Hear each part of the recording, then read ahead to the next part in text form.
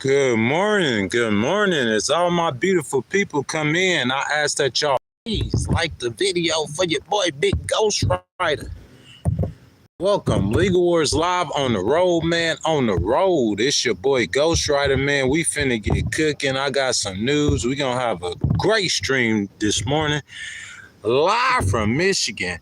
I got Ava in the stream. Good morning, baby. Khalid in the stream. Good morning, my boy. Good morning, my boy. Grayson in the screen. Good morning. Man, good morning, everyone. Welcome to Legal Wars Live. It's your boy Ghost Rider, man. As you guys come into the stream, I ask if you guys would like the video for me, man. Subscribe to the channel. Make sure y'all hit that notification bell, man.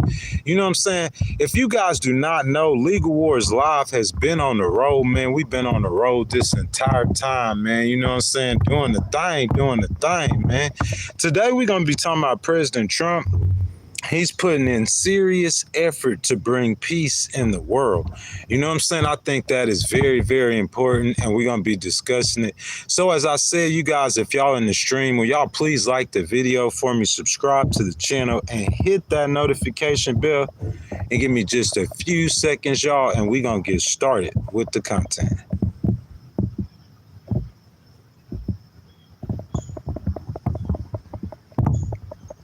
I like to thank you guys for being with me this morning. I see, is that B? Good morning, B. Nevaeh says, what state am I in? I'm in the state of Michigan at this current moment. You know what I'm saying? If you guys are familiar with this, like a tri-state area, you know, when you get to Chicago, Indiana, and Michigan are like within hours apart. Thank you guys for being here this morning. We're going to go ahead and jump into the content, guys. Welcome to Legal Wars Live. It's our brand new streams on tour, which is our third of the year. This is the third tour of the year. We started the year January through March, all through the great state of Texas. Almost every city in which I did 6 interviews and recorded We the People, which is now uploaded to YouTube if you guys want to go check that out.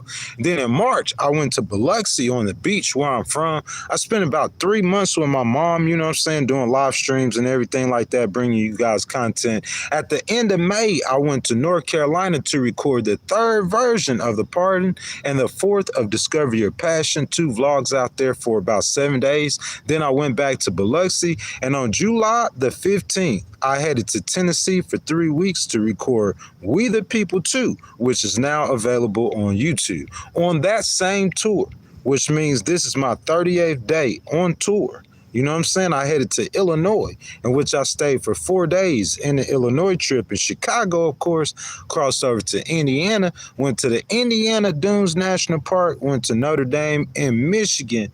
Then I spent about 4 days, man, on Lake Michigan, going from beach to beach, man. I loved it so much. I've been in Michigan ever since, man, bringing y'all this gorgeous content from outdoors, man. Legal Wars Live on tour, man. I'm bringing y'all great content, man. If that's what I set out to do, to give you guys a podcast, man, or to give you guys some political analysis and news in my style, you know what I'm saying? Bringing you guys great content is what I'm about. Great analysis, you know what I'm saying? And beautiful, beautiful, beautiful content like you guys see right there. So guys, as y'all come into the stream, I ask that you guys hit those 3 dots, man, and like the video. Double tap your screen if you're on the phone. Subscribe to the channel. Make sure y'all hit that notification bell. Man, we gonna go ahead and get started with the content, man. We talking about President Trump and the effort. It's all about effort, man. The effort that he's put in to end all the wars in the world. Excuse me. So this source is brought to you from Newsweek on August the 21st. That's just a couple days ago.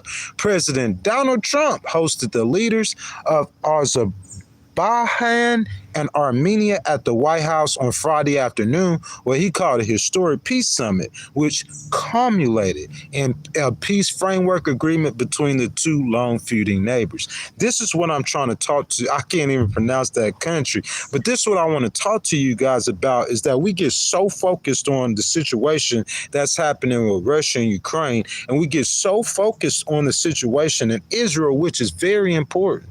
Those are the 2 major conflicts in the world that President Trump made a campaign promise to end. You see what I'm saying? But what I'm saying is, bro, that the pretty much Asia was on fire. Azerbaijin and Armenia. You see what I'm saying? Like President Trump is brokering peace between them. Why does that matter? Members of the Trump administration and some of his supporters have referred to him as peacemaker in chief. What you guys think? Y'all jump down in the comments, man. Y'all get active. I know it's early in the morning, man, but this stuff's so important. What you guys think? Do you guys see President Trump as a peacemaker in chief? Often citing his foreign policy efforts and recent nominations at the Nobel Peace Prize. The White House has claimed that President Trump has personally intervened in negotiations between countries in conflicts, helping broker ceasefires or peace agreements, although some foreign leaders dispute the extent of his involvement. See, all that petty stuff, man, I try not to get in that petty stuff. Because in my opinion, that's what I look at. That's petty stuff, man. If you have two countries and they're about to go to war, you looking at people finna die. You see what I'm saying? And President Trump out there trying to broker peace, man. I don't care about nothing else, man. We just try to get him not to fight. How much involvement he had or Secretary Rubio had or Vice President Vance had, to me, none of that matters. Some of Trump's efforts are more fragile and temporary than others. He pledged to end the Russian-Ukraine war on the first day in office. The Israel-Hamas conflict also continues without resolution, with the humanitarian crisis in Gaza deepened significantly. That's what President Trump, that's what you're going to get judged off of. Good morning, wish again. Good morning, free tickets. You know what I'm saying? President Trump, that's what you're getting judged off of, man. You're going to get judged off of the way people see that you handled those crises. We talking about effort this morning. Salute the effort, man, working hard. At the same time, you got domestic issues. You got the United States economy. You got Democrats. You got a lot of stuff to worry about. Not only do you have campaign promises to end the Israeli-Hamas or the Russian-Ukraine war, you see what I'm saying? Not only do you have those campaign promises, you see what I'm saying? You got you got other stuff that just starts breaking out in the war, in the world. India and Pakistan. We're going to talk about that in a second, man. You talking about two of the largest nations on earth. India is the largest nation on earth. Billions, not millions of people with their life in danger. Nuclear powers.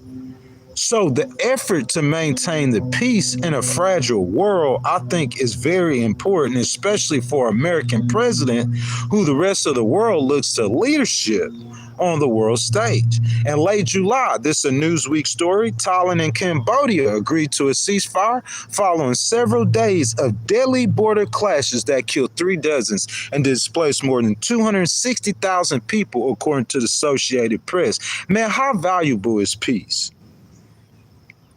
You see what I'm saying? If I could ask you this morning, how valuable is peace? I don't talk about peace in your personal life because that's something you're going to have to achieve spiritually. I'm talking about peace in the world, peace in your society, peace in your community. How valuable is that to you guys? What you guys think?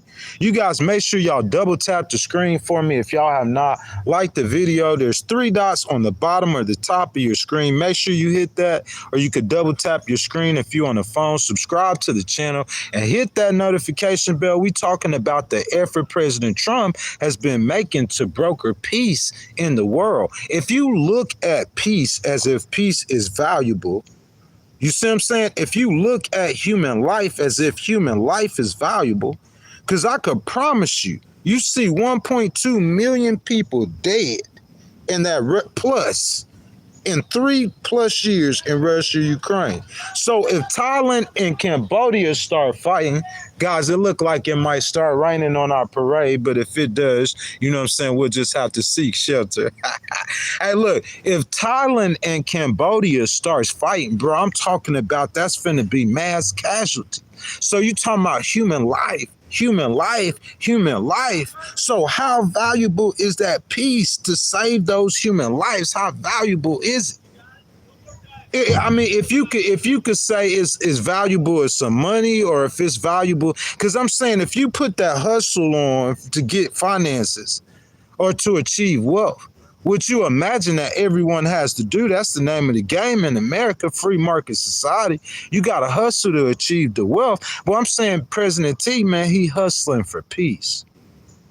How valuable is that? Trump posted on his social media during the conflict that he's spoken with both leaders and pushed them for a ceasefire. Malaysia helped mediate the truce as well. Despite the agreement, both sides have accused each other of violations. See, people talking about how much of a part that he actually plays in the negotiations, man, to me, that's that political thing. That's politics. We got to rise above politics. In June, leaders from Rwanda and the Democratic Republic of Congo signed a U.S. brokered peace agreement to end their decades-long deadly conflict. It called for joint security coordination, respect of borders, and refrain from any acts of aggression. Man, if I'm counting right, because I'm saying we see Putin on TV, we see the European leaders on TV, we see him getting hostages released with Israel and Hamas. We see that, but I'm saying we talking about Rwanda and the Democratic Republic of Congo. How many of us knew about that? Thailand and Cambodia. How many of us knew about that, man? I'm talking about 36 people killed and displaced more than 260,000 whenever he stepped in, man. That's big. Peace hustle. Hustling for peace, man. You know what I'm saying, guys? Make sure y'all, as y'all come in the stream, y'all double tap the screen. Y'all like the video. Make sure you subscribe to the channel and hit that notification bell. Also, guys, if y'all want to donate to the channel, there should be 3 buttons on your screen, or there's a box with a $sign in it. You just hit that box with that $sign in it, and your donations are much appreciated. Also, guys, y'all jump down in them comments, man. Y'all get them comments active. What's y'all thoughts? You know what I'm saying? Because like I said, we just focus on the major conflicts, and I know he has to be successful in achieving peace in Russia and achieving peace in Israel. Success is a must, because you're going to get judged whether or not you are successful or not. But I'm talking about the hustle for peace. Former President Duped, he says we need to get those Ukrainians on board, man. I don't know how the Ukrainians aren't on board. You know what I'm saying? That's my question. Do y'all think the Ukrainians are on board or not, man? Let me see if we could start a poll. You know what I'm saying? Let's see if we could do this. Do you think, in your opinion,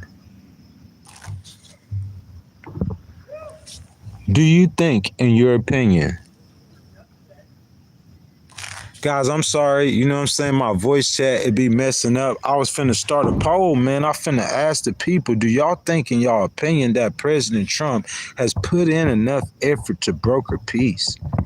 You see what I'm saying? It depends on who in the chat, man. You know, the Republicans, they going to say, of course, he's done more than enough. The Democrats, well, you know what I'm saying, they going to come up with, well, is he really involved? I know that matters and everything, but it really don't matter, man. Is he doing enough to bring peace in the world?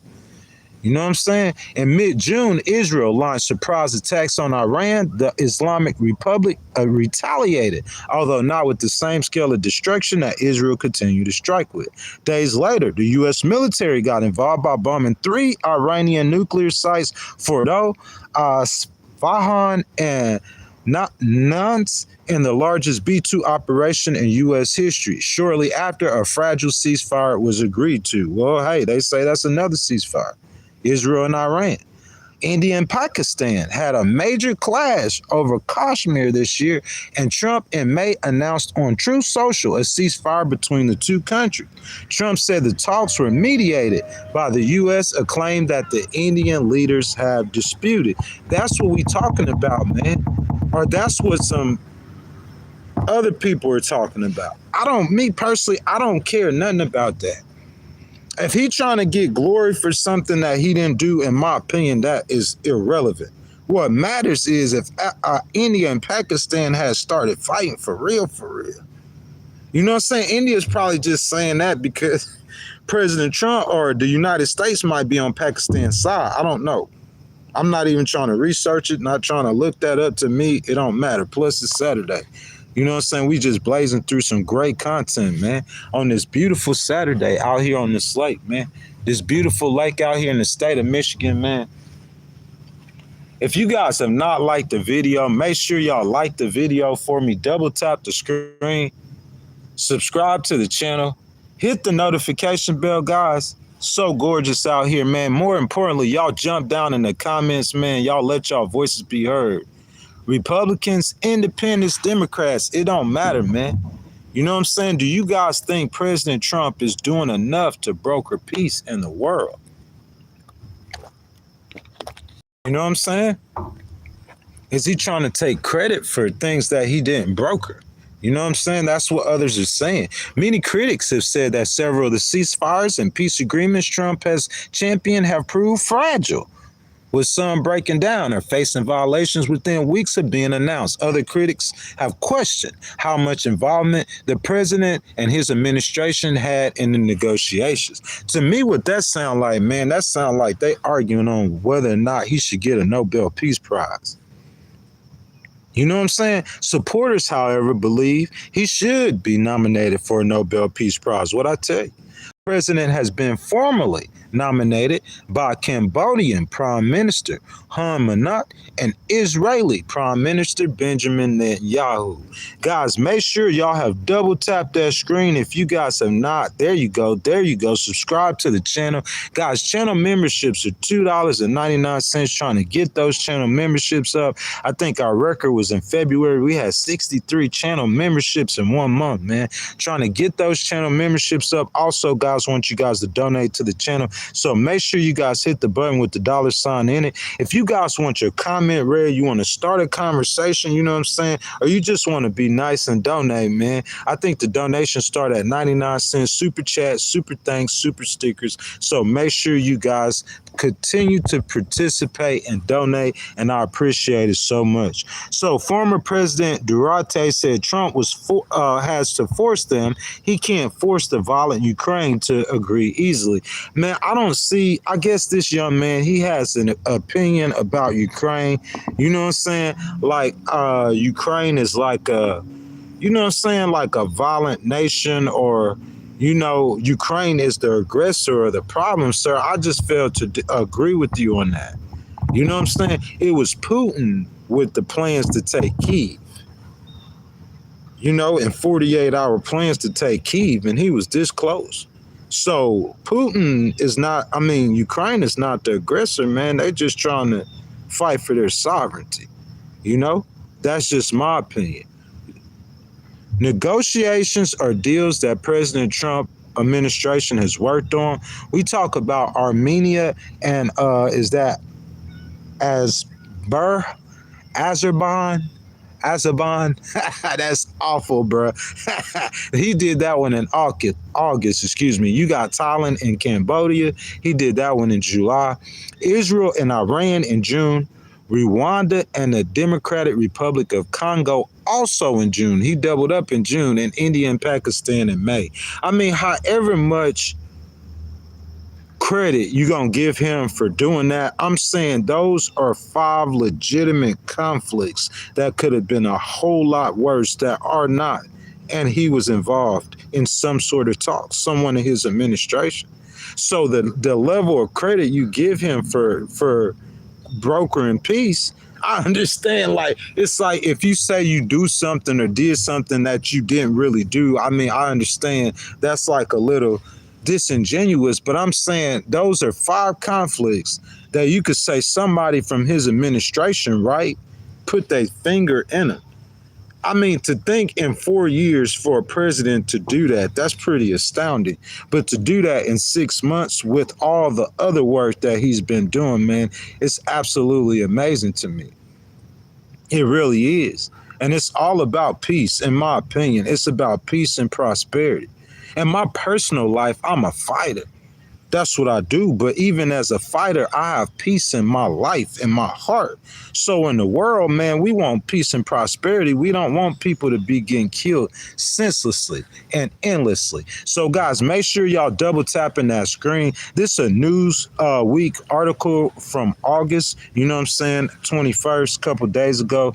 So Kaja Kallas, European Union High Representative for Foreign Affairs and Security Policies, in a Friday statement, today's agreement, and you're talking about that Armenia and that Azerbaijan by Prime Minister Pashinyan and President Aliyev in the presence of President Trump in the White House mark a significant breakthrough to end decades of conflict. We strongly commend both sides and the U.S. administration for using the momentum and making progress possible. It will now be important to ensure the timely implementation of the agreed steps, notably the signing and ratification of the peace treaty. Like, man, that's what people saying, that, you know, after the peace treaty is signed, that, you know, it might be still a little aggression going on, you know, people still bumping heads and the country's not honoring the peace agreements, but it don't matter. It does matter, but then it don't matter. I'm saying President Trump, you can't blame that on him. Really? You could blame that on him. He got this side here and he got this side, just like he trying to do with Putin and with Ukraine, with Zelensky. He bringing both sides together, man. He trying to broker peace in a lot of different places, man. You know what I'm saying? President Trump said on July 28th that he stopped 6 wars and he's averaging about a war a month, man. I mean, what can we say to that?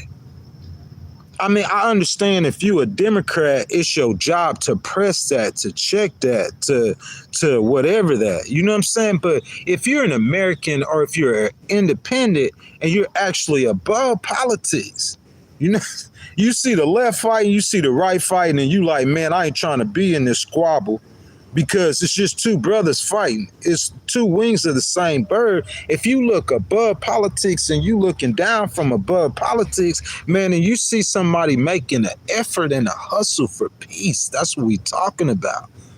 White House Press Secretary Caroline Leavitt, in a July 31st statement, the president has now ended conflicts between Thailand and Cambodia, Israel and Iran, Rwanda and the Democratic Republic of Congo, India and Pakistan, Serbia and Kosovo, and Egypt and Ethiopia.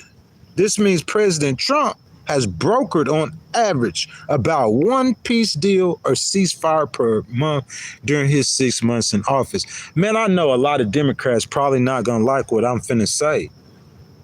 But, you know, that's just ghostwriting, man. I just, you know, that's kind of why I am the way I am, and I am who I am, and the reason why God has used me for the purpose that he has used me for.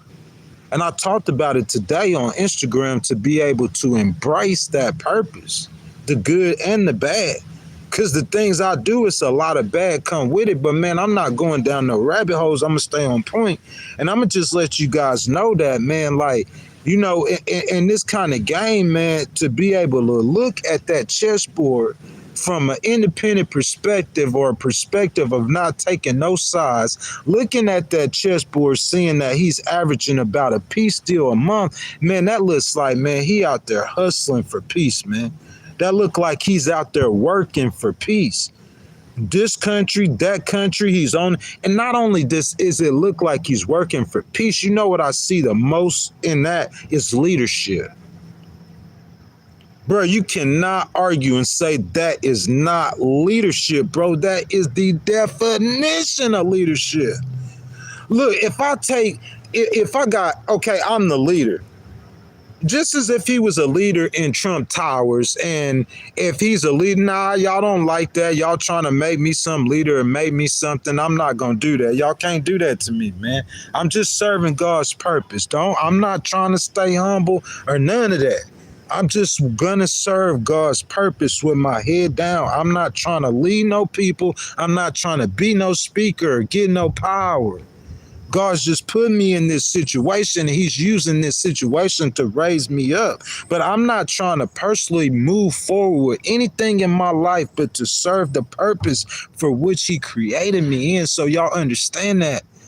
But me looking at the situation from what I see, man, I see leadership. I don't look, if you got 10 issues, you could ask my mom this, who knows me very well. You could ask my stepfather this, because he's used to call me a Democrat. But if you got 10 issues, if they're not social issues, 9 of those 10 issues, I'm going to side with the Democrats. If they're social issues, then I'm probably going to side with the Republicans more.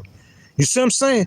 But if they're not social issues, 9 out of 10 of those issues, economic issues across the board.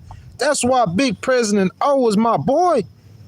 You feel what I'm saying? It's economic. It's not on the social issue. So you understand that. Understanding that, I could say, bro, like you could say Ghost kind of with Democrats a lot. He doing a stream on VP Harris. Congratulations to VP Harris and her 107 days, her book tour. You know what I'm saying? Probably going to run for president. He doing a stream on VP Harris on Wednesday. He supported VP Harris. Yeah, man, I lean with them Democrats. And it don't matter, bro, but I'm just saying, if I look at this, you can't say that while I'm doing terrorists, that while I'm doing the economy, that while I'm wilding, and you got all this resume. That's a resume. That's leadership. I don't care how much like I actually did to resolve that conflict. I'm gonna put that American flag on it, because that's what you looking for, is the leadership from an American president, ain't it? So you putting that American flag on that, bro. You can't hate on that. I don't care what that is, bro. I'm just being real.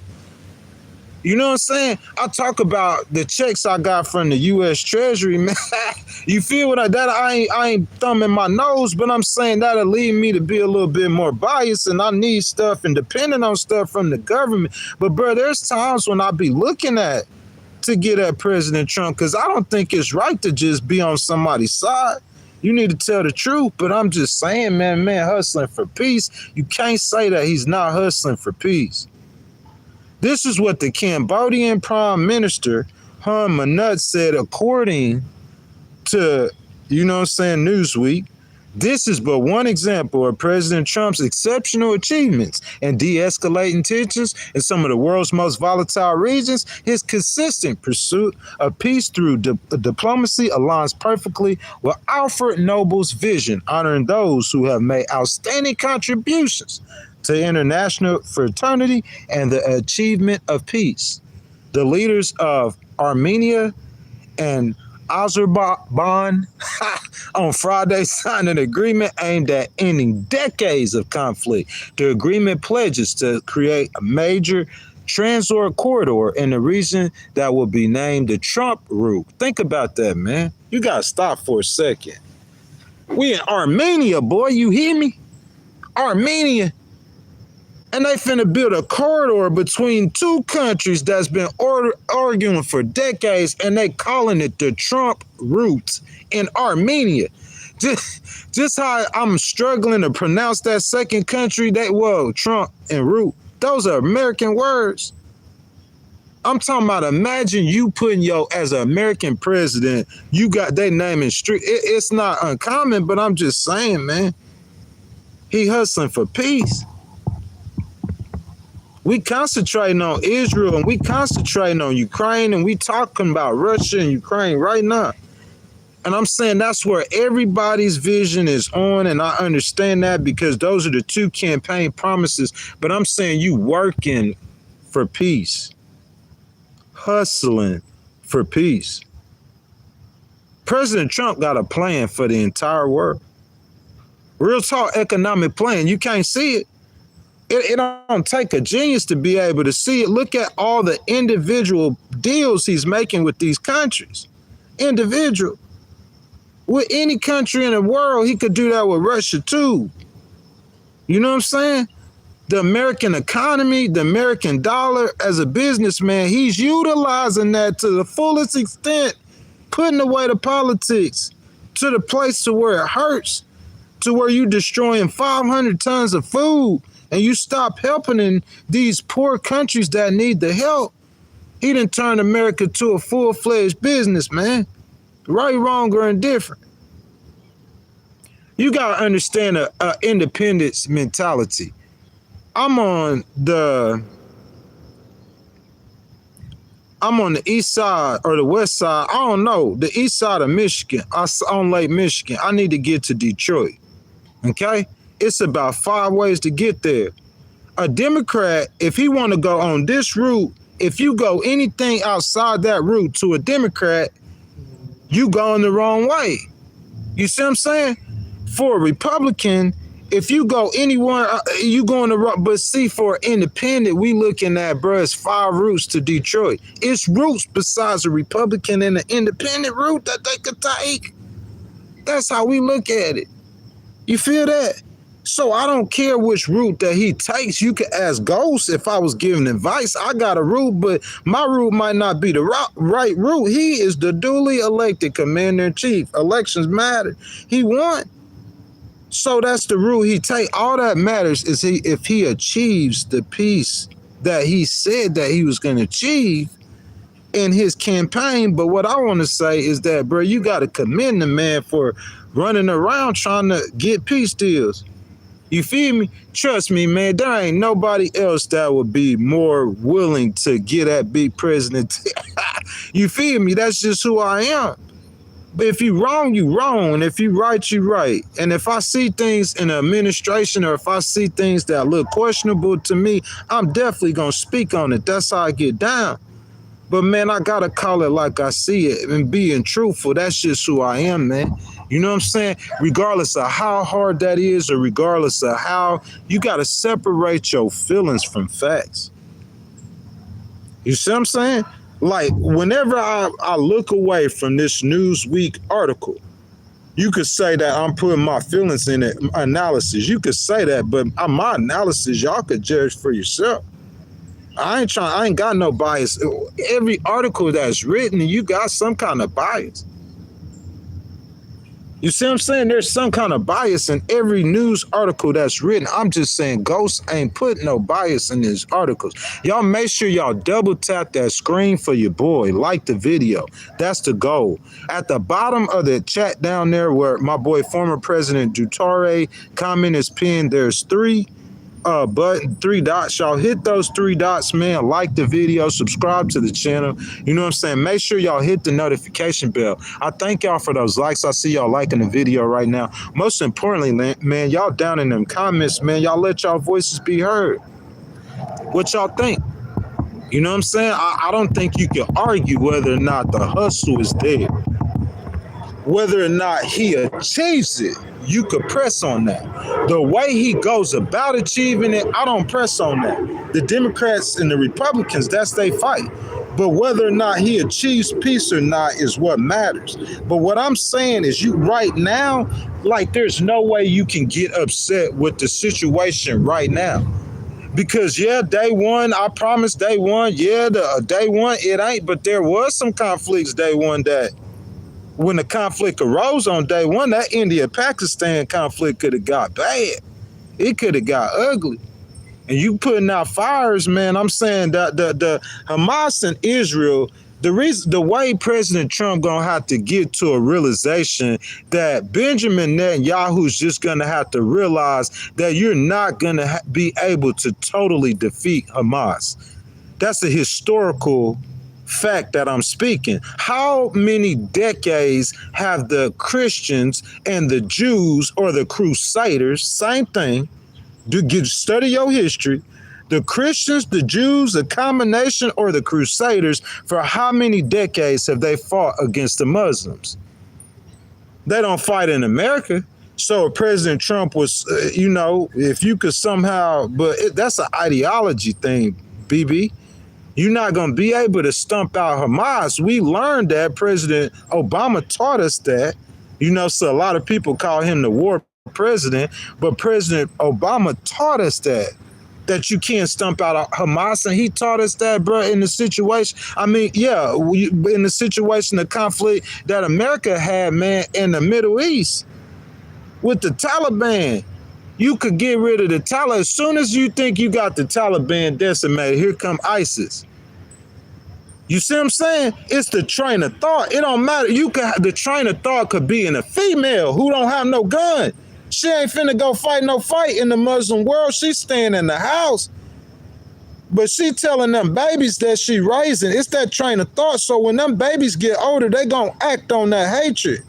So the problem isn't, BB, you gonna defeat Hamas, the Christians and the Jews, and the Christians, the Jews, and the Muslim have been at war for thousands of years. You are not gonna extinguish Hamas. You get rid of Hamas, somebody else gonna pop up there, man. It's just what it is. Israel has been like that since they came back to that land since the 40s or the 50s, after the 7-Day War in 1949. It's been like that the whole time. They're gonna fight the Muslims, man. BB, you gonna fight the Muslims. All I'm saying is, when we cut on the TV and we see some children with their ribs showing, we don't care if they black, we don't care if they white, we don't care if they Christians, we don't care if they Muslims. We just see children with their ribs showing. So, BB, that's not a good look for Israel. In my opinion, you really hurting Israel's cause. Them kids can't starve like that. You got hundreds of thousands of people in Israel saying to end the war. I'm saying I think Israel is a lot more safer than they were 2 years ago, BB. That's facts. You cannot argue with that, y'all.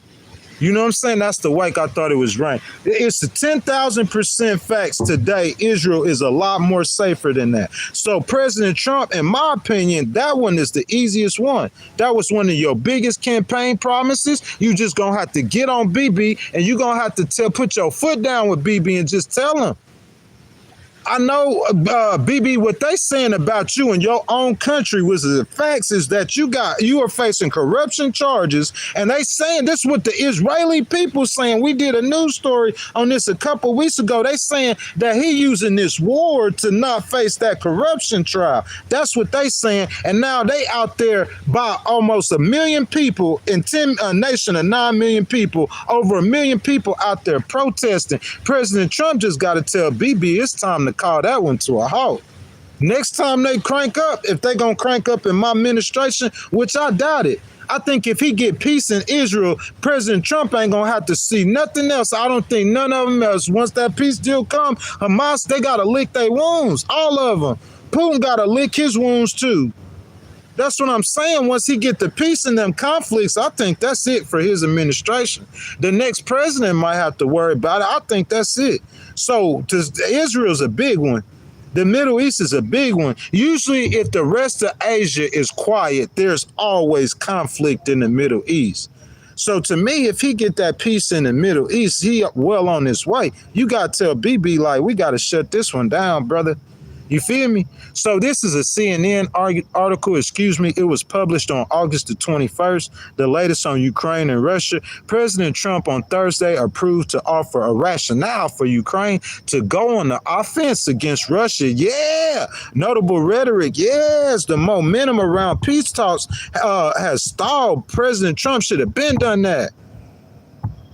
You know what I'm saying? Listen, so I tell this story all the time about how he get on the phone, try to be nice to Putin. Putin send drones, and the way Putin respond to President Trump being nice is by drones and missiles at Ukrainian citizens. President Trump can't help that he don't know that he trying to use diplomacy like he did with Kim Jong-un before Kim Jong-un got that nuclear weapon. So he trying to be cool with him, you know what I'm saying? And the way the way Vladimir respond to President Trump is being cool is with drones and missiles at the Ukrainian citizens. So President Trump did it again, trying to be cool with him, and Putin did it again. So time number 3, he said, oh yeah, Putin, you got 12 days.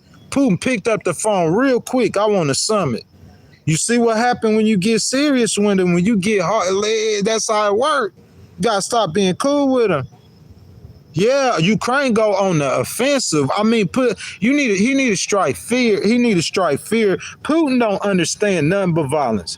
You say, Ghost, how you say that? So he came into power in 2002, and since 2002, 21 journalists have died with 0 convictions. And all of them have been critical of Vladimir Putin. So he don't understand nothing but violence. It's a lot more stuff we could say on the live stream. The man just an ordinary Russian gangster. He probably the richest dude in the world. He always got prostitutes. I ain't gonna talk about the drugs. I ain't gonna do it like that. I'm just saying, bro, like it's not what people think. They always try to like the standards for the Russian president is not the same for the American. This dude been serving in office for 20 years. He gonna serve till he die. Or until he take Russia down a real bad road. But I'm saying his 20 years he been serving. What's the longest, how many years the longest year? Look, we gonna look this up. What's the longest amount of time that a Russian leader has served? I want to know that. Because if I know that, it's going to tell me about when his shelf life. Bro, everybody got a shelf life. That boy got a shelf life. I promise you, every leader have a shelf life. That's just the bottom line. Let's see if we could come up with this. We're trying to get to my screen here, man. So look, we looking up. We seeing how the longest a Russian leader has served. The longest has served as president. Let's look it up real quick, y'all. Excuse me. The longest Russian leader served as president. The longest, guys. What y'all say? So we got Vladimir. He been serving for 22 years. Let's see. I wish they would make it more has served. Longest serving Russian leaders. Let's see, man. Y'all give me just since the start of the 20th century. That's what I was looking for. It says Putin forever. So Joseph Stalin served from 1924 to 1953. So that's 10,636 days. Vladimir Putin is the second longest Russian leader. 1999 to 2004. That's 8,978 days. Bro, he about a year or two for being the longest leader in Russian history. That's what I'm trying to tell you. I could look at stuff like that and tell you that, bro, it's a clock on for him. You think that Vladimir is going to be president for Russia to the end of the century? You just can't see it. It's a clock on. He got a clock on. That man been president for 20 years. If President Trump knew what he was doing, he could, with this war, he could get rid of Vladimir Putin. Because his economy isn't really doing good at all. In America, what they finna try to do anyway is wreck the Russian economy. And I'm talking about you spending all that time, all them resources, you give nearly 1 million Russian lives to just for a few slivers of land in Ukraine. The Russian people might not could see that, but when they hungry and when the economy is doing bad, they're going to turn on Vladimir.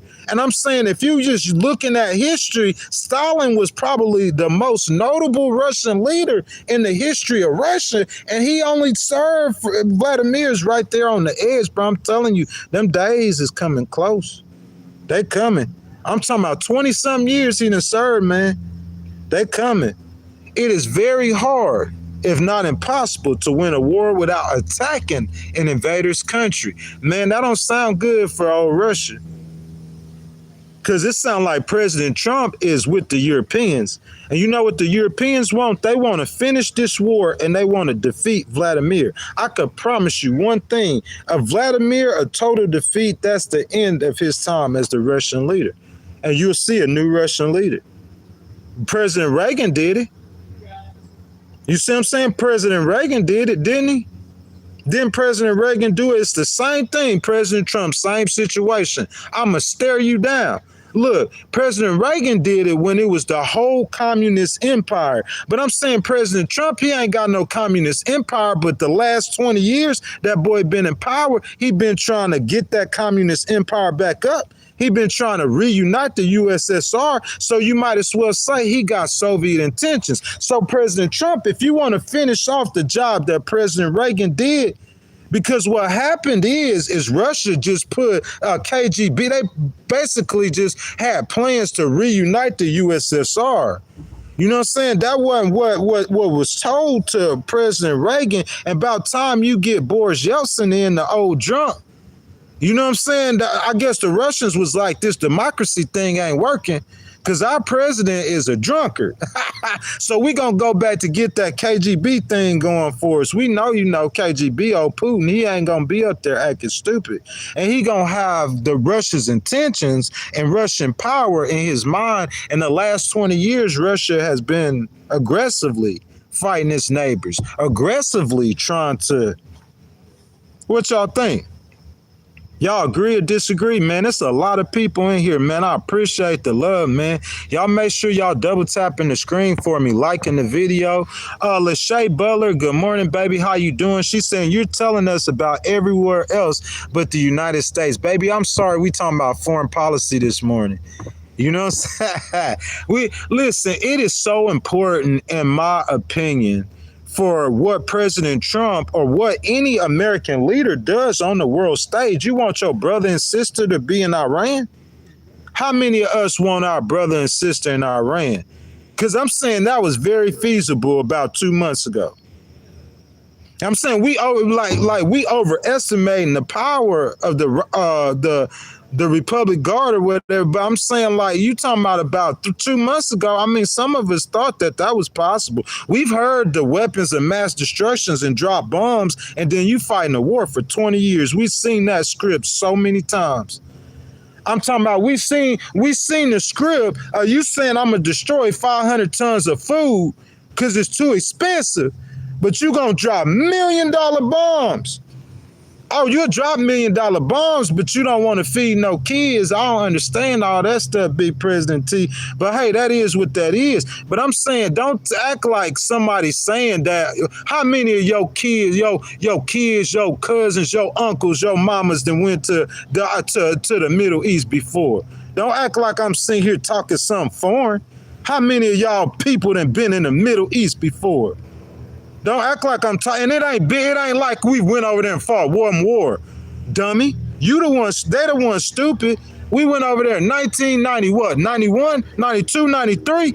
You take out 7 years, America has been over there until Joe Biden said that's enough. America has been over there the entire time. You take out 5, 6, 7 years. If you talk about the CIA, America's never left. If you talk about the American government presence behind the scene, America never left for over 20-some years, active. You feel what I'm saying? America, the CIA like the Mossad, bro. They all over the world. But I'm saying, how active is the CIA in Argentina right now? How active? The CIA, one of that is in the Middle East. The brightest minds. That's where the hotbed is. That's a hotbed. You feel what I'm saying? That's all I'm trying to say. So we don't want, be involved in no quagmires and no wars and no long drawn out. America ain't trying to do that. The people tired of it. You see what I'm saying? Ain't nobody trying to fight them. Who trying to fight in the war? Who want to go over there and lose your life because Putin want a piece of land in Ukraine? Who want to go over there and lose their life for that? That's what I'm saying. That's the right policy. He continued. Crooked and grossly incompetent Joe Biden would not let Ukraine fight back, only defend. How did that work out? Regardless, this is a war that would have never happened if I was president. Zero chance. Interesting times ahead, man. I like how that sound. He done made a whole 360. He all the way aligned with Europe, which he should be. Because look, y'all, we've been streaming about 51 minutes. I'm not going to stay on long that time. We got some people in here. But look, this is what I'm saying. If Vice President Vance, within a month of President Trump being in office, I talked about this a lot. He went to Europe and he scolded the Europeans about being weak. You remember that? Well, we highlighted that Ukraine got the biggest army in Europe. I promise you, if any country, look, you take England and they had to fight Russia. England probably the only country I said would have done what Ukraine did. I don't think France could make it. That's what JD Vance talking about. I don't think Italy could have held up against Russia, not by themselves. No, ain't no way. Belgium, no. Sweden, no. Holland, no. The only army I could see that could stand toe to toe with Putin like that, with the help of the rest of the Europeans, is Ukraine. So in my mind, if you make a solid Ukraine, if Ukraine is successful, then that's doing everything Vice President Vance wanted to do. You want the Europeans to be responsible for their own security. You do that by having the largest army in Europe, Ukraine, be successful against Russia. And that's how they could defend themselves better if Ukraine is successful. Because without Ukraine, I don't see it. And the Europeans know that. And they depend on that American military. You'll be surprised how many nations in the world depend on that American military, man. Trump's rhetoric may touch a nerve in Moscow. We don't care. He gave y'all too many chances. But regards, any support of Ukrainian strikes on its soil is a red line. A red line for who? Who's scared of Putin? I'm saying, who's scared of Vladimir? Oh, you scared of them nuclear weapons? You just gotta make a call. He ain't in no nuclear weapons. Nah, that's not finna happen. So outside of the nuclear, I'm saying that Vladimir didn't have no nuclear weapons. I'm saying, who's scared of Vladimir? I got a plan in 48 hours. I'm gonna run through this city in 48 hours. That's like me saying, and I got a case open right now against this business. The attorney done signed on to the case and everything. So I know in 30 days, we going to be in discovery period. We're going to be scheduling depositions within the next 30 days, 10,000%. That's where we at in the case. So if I come out and I say in 48 days, I'm going to have a paycheck off this attorney, that would be very feasible because I got him in a lot less time than that. I promise you, a lot less time. Bro, I put this on my mama's life, bro. I'm talking about $1 trillion organization. I sued them and got paid in 13 days. One document, 13 days. I put that on my mama's life. I'm talking about the last time I had an attorney to check on the case. That case kind of stretched because it was an arbitration agreement I didn't know about, but it still didn't last nothing but 2 months. When that attorney get on that case, it's game time, baby. We playing. It's time to get it. We gonna see what you really about. All that talk you doing over there, the police can't help you. President, ain't nobody can help you but me, that attorney, God, and that judge. Let's get it, boy. It's a right and a wrong. I was built and born for this. Well, that's all I'm trying to say. Like, same thing, standing on team. Same situation. It's all about the mentality. It's about the mindset. I promise you, I hear what President Trump is saying, but President Biden, he didn't talk to Putin. He knew what Putin was. He let Ukraine defend itself. That was strategy. They trying to, listen, you want to look up how many, let's look up how much equipment that Putin has lost when President Biden and them was letting them. Yeah, they would say like America was helping Ukraine to decimate Putin's army. That was what was going on. And that ain't got nothing to do with President Biden and what's going on. Ain't got nothing to do with President Trump. You know what that's got to do? That's got to do with a general who been in the military for many years. And he been observing that situation for many years. And he know the situation. Yeah. And that general go back and say, hey, President Biden, President Putin, he been over there. He ain't never going to stop. So you know what? We got a plan. Here's our plan. We going to decimate his army. He got 5,000 5,000 armored vehicles. We want him to have 300. What? Oh, yeah. Yeah, that's what was going on. Go look at the stats. Look how many troops he lost. He on the phone with Kim Jong-un trying to get troops. He ain't even got the manpower. I'm talking about this a war that he said they were going to win in 48 hours. They were this close. I'm talking about they were on the Ukrainian president's compound. They were on his compound. They were on Zelensky's compound. That's how close Russia was to winning that war. But you went from 48 hours to like 4 years, bro. It's time to end it.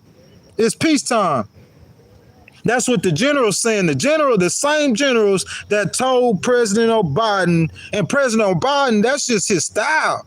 Well, he from a generation where he remember the old Soviet, just like Putin from that generation, where America and the Soviet Union were arch enemies. So whenever President Biden didn't make the mistake that President Bush made, and talking about he looked in his soul and he seen something special, President Biden didn't make that mistake. President Obama was trying to be cool with him too, but President Putin thought President Obama was weak. You feel what I'm saying? President Trump started with that at first, especially in that first term. And this second term, he started with that too, but now he getting to see what we need to see. See, President Biden, he didn't even play none of that game with him. He know what Putin is. I'm not going to waste my time. President Biden, you got to think President Biden, for over 50 years, he has served in D.C. So not just as president, he served on all kind of committees where he's had dealings with all kind of leaders, intelligence groups. If anybody could give you a knowledgeable opinion on Vladimir Putin, President Biden watched him come into power. He watched him from D.C. He watched Putin come into power.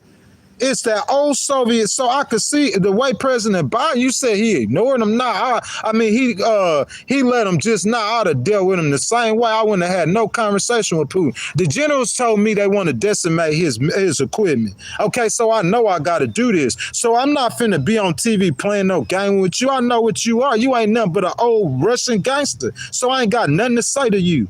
And that's how President Biden handled it. That's how I would have handled him too. Nothing to say to you. Old Russian gangster. Why I'm going to be sitting up here talking to you? The reason why President Trump is engaging, that's not all the way on President Trump. You're not listening. Them generals, it's time to progressively end that war. They make plans for America throughout multiple generations. Can you understand that? They make plans for the United States throughout. There's plans for the United States for 2029. I'm talking about President Trump. He know that too. They write stuff for past their time too. He know a Democrat win, he gonna try to throw back. Yeah, but that's politics. I ain't talking about politics. I'm talking about on the military perspective right now. So we got plans for Putin past President Trump. It was plans for whatever president was coming after President Biden, whether he won, it was Kamala or it was President Trump. The U.S. military had plans for Vladimir. In 2025, it's time to end it. We did what we need to do. We wanted to get that equipment down. We wanted to decimate his army. So when we walk away, we know that next year he's not going to be attacking nobody. You know what he's going to be doing? He's going to be licking his wounds. As soon as this war is over, all those nations that's been burning their armies, burning their equipment, burning their troops, they're going to be licking their wounds. That's what's going on. You know what I'm saying? I think America played it perfect this time. We don't want no troops over there. Nah, ain't none of ours need to die because Putin want to get a piece of land. He want a land grab. We can't let him do it, but you the richest nation on earth. You got all the equipment. You got bombs that ain't nobody else got. You got airplanes ain't nobody else got. So you could dictate this whole situation without putting one American troop on the ground. Why would you hate on President Biden for that? You say he wasn't trying to end the conflict. He couldn't end the conflict right after Iran attacked Israel, you idiot. Got to give Netanyahu a chance to do his thing. How you going to get to the point where you bomb the facilities if you end the conflict as soon as Israel's attacked? You can't end it. But what I'm saying, it's time to end it now. That's what I'm saying. It's time to end it now. I wouldn't try to blame nothing on President President Biden. It just wasn't the time. You know what I'm saying? During the Biden administration, back to the CNN article, it was a long-standing policy that Ukraine could not launch long-range American-made missiles into Russia. That changed after November 24. Russia updated its nuclear doctrine. They could get as scared as they want to. Man, I'm going to salute you, President Trump. I got to stand up. Man, we got 225 people in this stream. Make sure y'all double tap the screen, like the video, subscribe to the channel, and hit that notification bell. Bro, I promise you, I got to stand up on that, bro. To think that, if you go back to 2017, what year is this? 2017, right? And to think I'm going to come before some microphones as the leader of the free world with a KGB gangster standing next to me. That's all he is.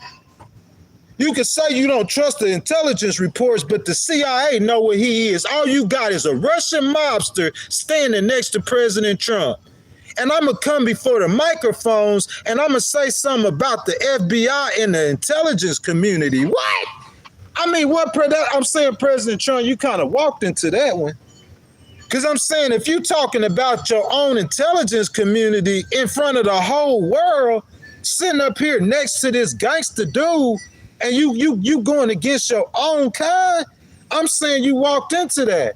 But I'm saying to progressively see Donald Trump from 2017, maybe with on his mind about expanding Trump Towers into Russia, I don't hate on that. That's just business. He a businessman. That's what he gonna do. You can look at it either way you want to, but the people voted for him. And again, and they knew before they voted for him, that's what he into. So that's what he do. So maybe I want some Trump Towers in Moscow. I don't know why I'm being cool with this dude. But I'm saying going from 2017, for all he been through with Russia, to hear him say that Joe Biden should have let Ukraine get after Russia, bro, that's a big turn, boy. That's a big turn. And you can hate on that if you want to, but you need to salute that.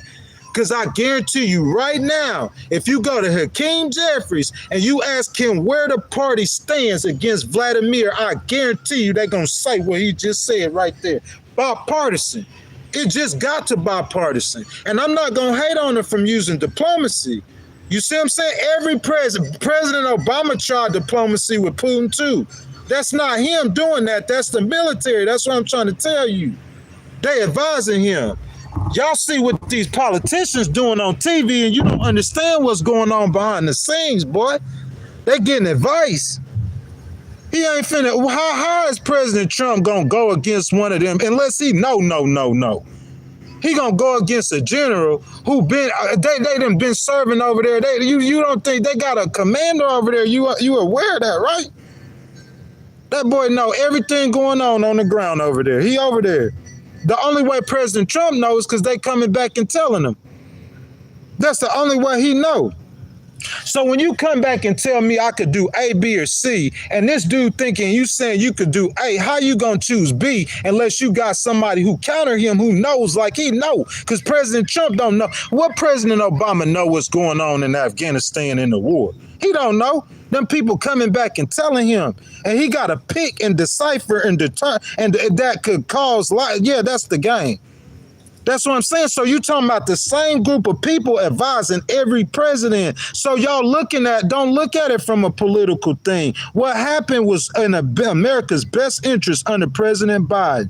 Let me do this real quick. You got to understand this so you can see how many tanks have Russia lost in this war. How many tanks they lost? Let's see. This in one day, bruh, 1,100 troops in a day, 6 tanks and 25 artillery in 24 hours. This has happened every single day. Let's talk about it. I'm talking about these boys had I looked it up, they had about 5, 6, 7,000 artillery pieces. It's down to about 1,000. So, bro, I'm talking about that was the point of the war. That's the point. Not only that, the American military wanted to see some the new AI equipment. They got new, and they testing that. Zelensky is offering for nations to bring technology, AI, battle war technology to test in war. And I'm talking about they destroying Russian fighters. They're destroying. Bro, I seen, like 3 drones took out 5 Russian tanks. I'm talking about, multi-million-dollar machines. $300 drones, Ukrainian drones. So you got to understand there's a benefit for fighting that war outside of, you know what I'm saying? But it's just that it's time to end it. And Putin thought that because he got an opportunity, don't buy into this Republican-Democrat thing. Ain't no Republican or Democrat fighting no war. What Republican or Democrat you seen with some combat boots on? What Republican and Democrat you saw turn a corner and put two in Bin Laden's right eye? Which Republican and Democrat you seen do that? They ain't fighting nothing. Don't never get that confused. You see what I'm saying? All that stuff, that politician on TV, he really just a figurehead. You know what I'm saying? He a powerful one, but that's really what it is. CNN, days later, it fired its new medium-range intercontinental ballistic missile. Nah, we can't be doing that. Oh, Vladimir. He regularly uses Ukrainian long-range drone strikes on energy and military facilities. And yeah, while he doing that, he killing civilians. That's why the international court said he a war criminal. He can't leave Russia. That's why you think he meeting Rod. Listen, I'm talking about Vladimir. I'm talking about, Vladimir. He's just an old Russian playboy. You see how big his house is. Y'all don't know this stuff. I'm sorry, I'm just that smart. Look, go Google and see how big Vladimir's house is. And when you see that, ain't no politician. That dude ain't no politician. That dude, he richer than Elon, bro. Listen, that's 700 billion. Elon, bro. Vladimir, man, that's just the money. Man, I'm talking about that boy got that bread. He an old Russian gangster. That's all he is a Russian gangster. Oh, pimp dog, pimp daddy dog. That's what he is. Prostitutes. I'm sorry, Vladimir. I ain't trying to hate on you, but I'm trying to do the job better than the American because they can't do the job right. You want your president sniffing cocaine, killing journalists? You want a cocaine sniffing, prostitute running, journalist sniffer at 60 years old. You want them running that side of the world. What you think that side of the world gonna look like if Vladimir on the throne? Because you can hate on the American president all you want to. We know President Trump might be prescribed Adderall. He ain't sniffing no cocaine. And if he got prostitutes up there, as soon as one of them news organizations, they gonna tell on him. They ain't scared of getting killed either. That's what I'm saying. So you can hate on whatever American president you want to. You want him to be the leader of the free world. You don't want Xi Jinping to be the leader. We tried that before. Remember that? After all that stuff happened, when was that? After World War I, and we say, oh, we ain't gonna be getting in no foreign wars no more. We not getting in no more foreign wars. And what happened? Thank God for Winston Churchill. Somebody has a heart. Because the rest of the Europeans didn't have no heart. Hitler was just running through Europe. Like, I'm talking about just running through it. He finna cross the sea. So that's what I'm saying, Mr. Vice President. If you want to let Russia, you can't let Russia and China run nothing over there. And I'm saying we might not even have to crank it up with China if you handle Putin right. Because I could promise you one thing, China is watching that entire situation. Because regardless of what they saying on TV, they know. They got one aircraft carrier and America got 11. They not. You can hear whatever no pundits you hear say. They got one. I'm telling you, the Chinese, they trying to act like they so advanced with their technology that airplanes falling out the sky. I could prove this. They airplanes falling out the sky. The Chinese, the Vietnamese, that's why they just bought all them fighter jets from America. They had a contract with China, but they planes falling out the sky. China has never been tested in no conflict like that. Never. Who they fought? Since the 79, 80s, who China done fought? The American military been fighting, boy, every year. You want to go against that? They got weapons you ain't got. That's all propaganda stuff. Oh, we got 1 billion people, but they all's trash. Bro, we done seen plenty of nations with a million man army, and when them Abram tanks come rolling through, what they do? They drop their weapons and they gone. They ain't trained enough. They ain't got the discipline, boy, to fight that fight. As Ghost Rider, I could tell you. I could look at it, but you got these politicians. You need somebody with a street view. You need somebody who used to confrontation and fights. I know what it look like.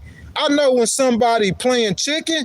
I know when somebody trying to play hard, and I know when somebody really tough. And I'm trying to tell you, the only thing tough about Russia is a nuclear weapon. And now, if you had a different Russian president than what you got right now, they look at Vladimir like, Vladimir, he might be, he'll kill his own, but really he ain't he a playboy. Vladimir's a straight playboy. You want to know how many? Ask Vladimir how many Russian prostitutes. What's the most amount of Russian prostitutes? Is Vladimir married? How many presidents in the world you see with their shirt off on horses? I'm trying to tell you, you just don't know. I'm trying to help you out. We know. I know a lot more than probably just like that. That war about over with, man. It's time to end it. This is according to CNN now. You know what I'm saying? So I love CNN. I ain't hating, but I'm saying, like, you talking about putting analyst or your opinion in with facts in the news. As they say, President Trump's provocative rhetoric. You know what I'm saying? I ain't hating on it, but you could say provocative rhetoric. That's an opinion. How you know it's provocative?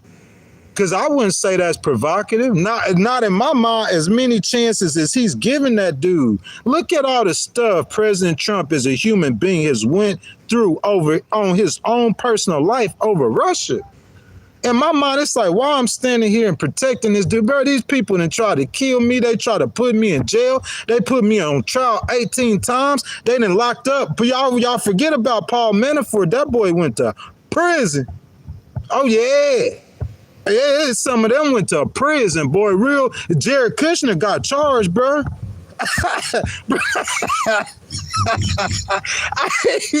It ain't funny though. It really ain't funny. But that DOJ under them Chicago Democrats, them boys, they ruthless. It's a different political world, and President Trump know it. But I'm saying you going against. That's what you going against. Shoot, you know what I'm saying? President Obama coming on TV, he looking pretty, he looking clean, and he looking friendly, and he talking about coming up with some comprehensive immigration reform, and at the same time, he deported more people than any other president since who? President Trump ain't gonna reach them numbers. He trying though. Look, you want to look up how many people President Trump is actually deporting? You want to look that up? Because in my opinion, if I'm not mistaken, he deported less or about the same amount of people as President Biden in his 4 years. Real talk. The same amount, you ain't nobody will ever think that President Trump is deporting about the same amount of people as President Biden at this time in his amendment. That's almost unbelievable to hear that. You say, I'm finna build a wall to make Mexico pay for it, so I know this dude deported more people than President Obama did. He was doing his job. That's his job. He's an enforcer. He's a chief enforcer of the law of the United States. That's what President Obama's job is. So if you illegal in America, I'm going to go on TV. I'm not going to start no stuff. But, President Obama and them, they got down. They did the job. Pretty much the same way President Trump is, just a different leadership style. That's all it is. But in my opinion, as an independent and at being above politics, you know what I'm saying, y'all? I'm going to say something real quick, and I'm going to finish this story real quick. We about an hour and 15 minutes. Y'all, look, check this out. I said this a lot of times. The reason why I didn't know something, but, okay, if I go outside my house and I see an Abrams tank and a man in a uniform and he policing the streets, bro, I would say, bro, that's an overkill. When you say that, that's what the Democrats saying. That's what I would say. That's probably what President Trump or anybody in any other situation would say, right? But what I did not know is I never thought about what the criminal thinks whenever he see that tank. Look, I'm gonna do this for you. Let me do this for you, right? So this just happened in D.C. where a young man who was in Doge, he saw a girl, they were trying to jack her car, a bunch of kids. And he went over there to assist, and he got beat up. But while they were trying to jack her car, there was 2 police officers watching the whole thing. But let me ask you a question. If it was a tank and 2 soldiers there with that tank on and running, you think that people, man, me personally, bro, you see a military person in a tank, you might think twice about committing a crime. It's a deterrent. The military is a deterrent to crime. Number 2, I like the way the military is trained over these police officers. A lot of these police officers are easily corruptible. And I'm sorry if you guys do not like to hear that, but that's just simply facts. How at a school where some children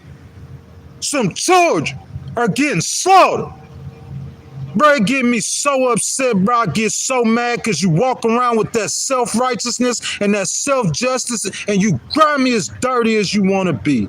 That's fake. I don't like that fakeness.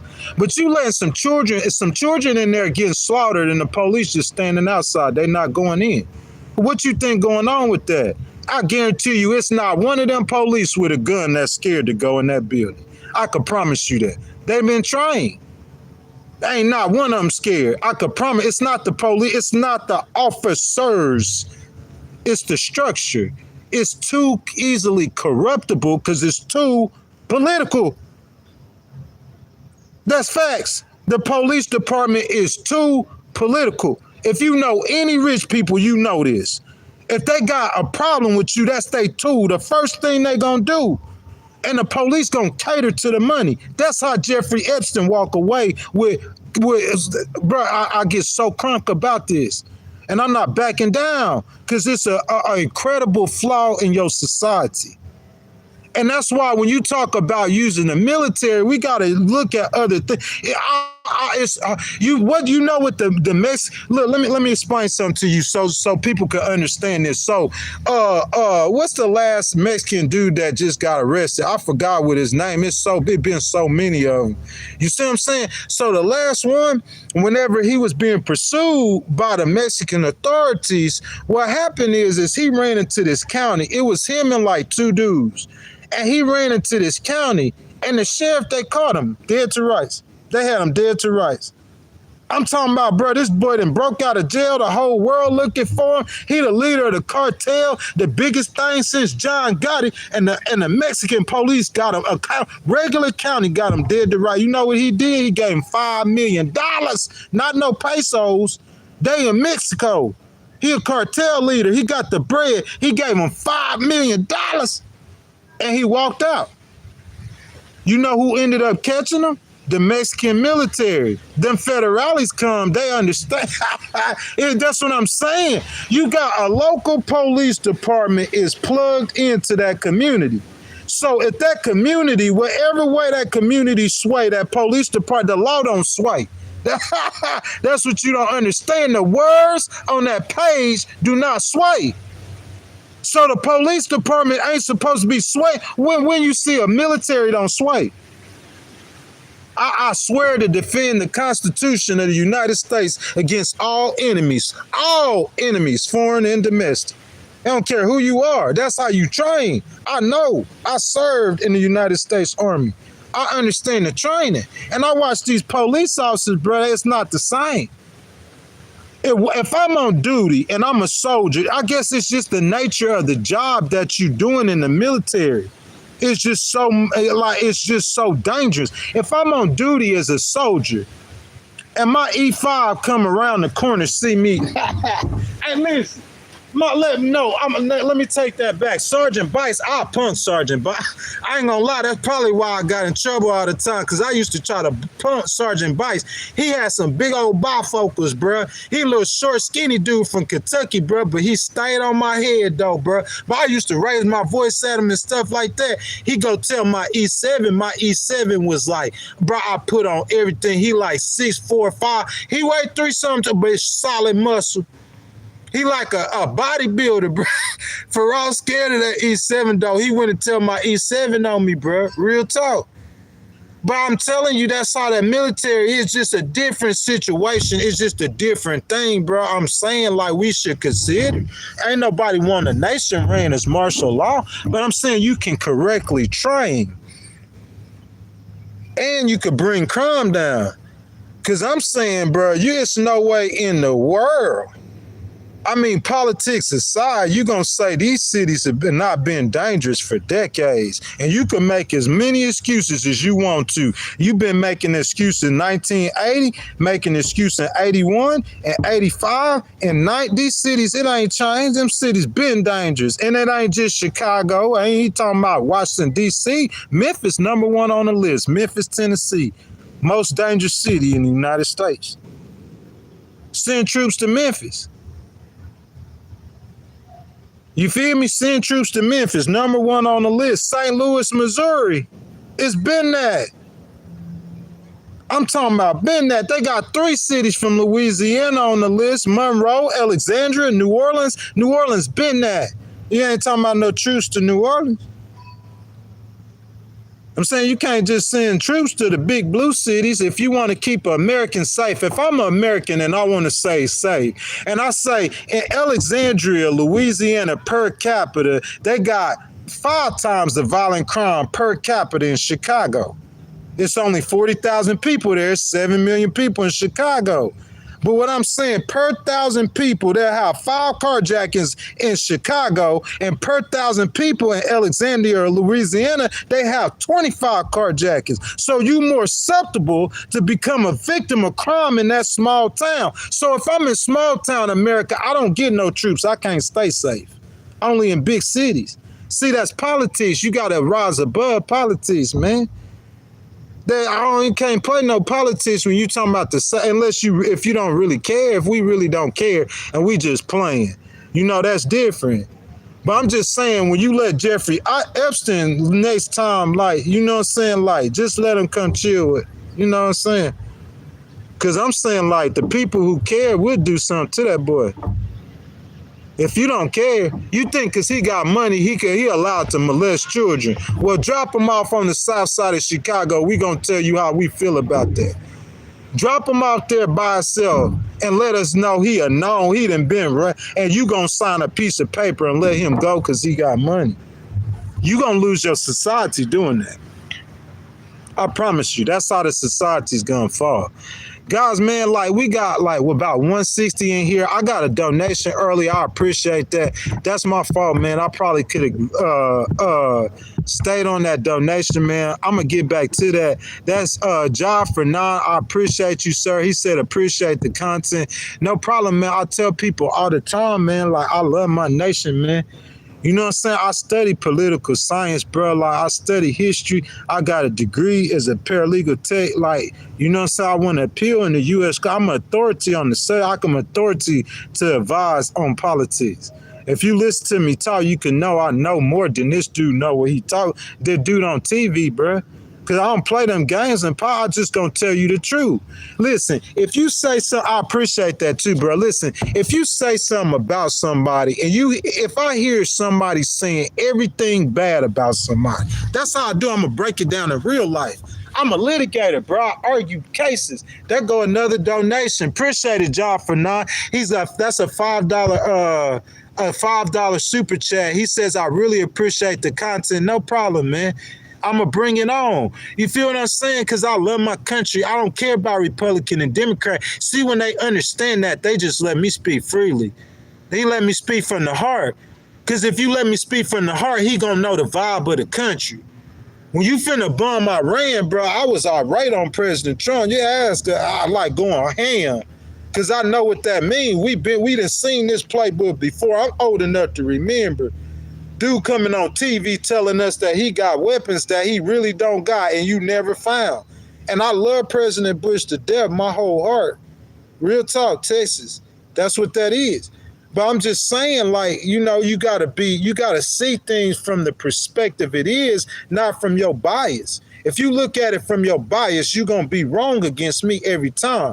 Because I look at it from my bias too, and then I step out my feelings and look at it from what the law or how it's supposed to be looked at. I got my feelings on all of this. If I just came on here and I promise you, President Trump, they wouldn't mess with, I promise you. Because it's just what a lot of Republicans believe. I just don't agree with that. And I tell it all the time. Like tax breaks for rich people, I never agree with that. It don't make no sense. You got a free market society. I got 10 people in the room. I turn out and leave the room. I got 10 people in the room. I put $100 on the ground. Free market now. So when I come back in, if this experiment is correct, right? You got 10 people. They also have $10. I come back in and one man got $99. The other 9 people fighting over $1. And what the Republicans say, the first thing he come back in, when he come back in, he seen what he talking, you supporting businesses and rich people. So you got $700 trillion with Elon. How much Jeff Bezos worth? How much, Bill? You want to see that? So they got all the money in the whole world. About 700 or 800 of them own the majority of the wealth, right? So you come back in the room and you see the inequality that a few people have been able to get all the money while all the rest of them fight for scraps. The first thing a Republican say is get a rich man a tax break. How that makes sense? I never can agree with that. It don't make no sense. Big President T do it and it worked. What's the stock market looking like? I don't care about. See, that's what I'm saying. It's 5 ways to get to Detroit from here. Democrats gonna say this is the only way to go. Republicans, I don't care how we get there as long as we get there. That's how I look at it.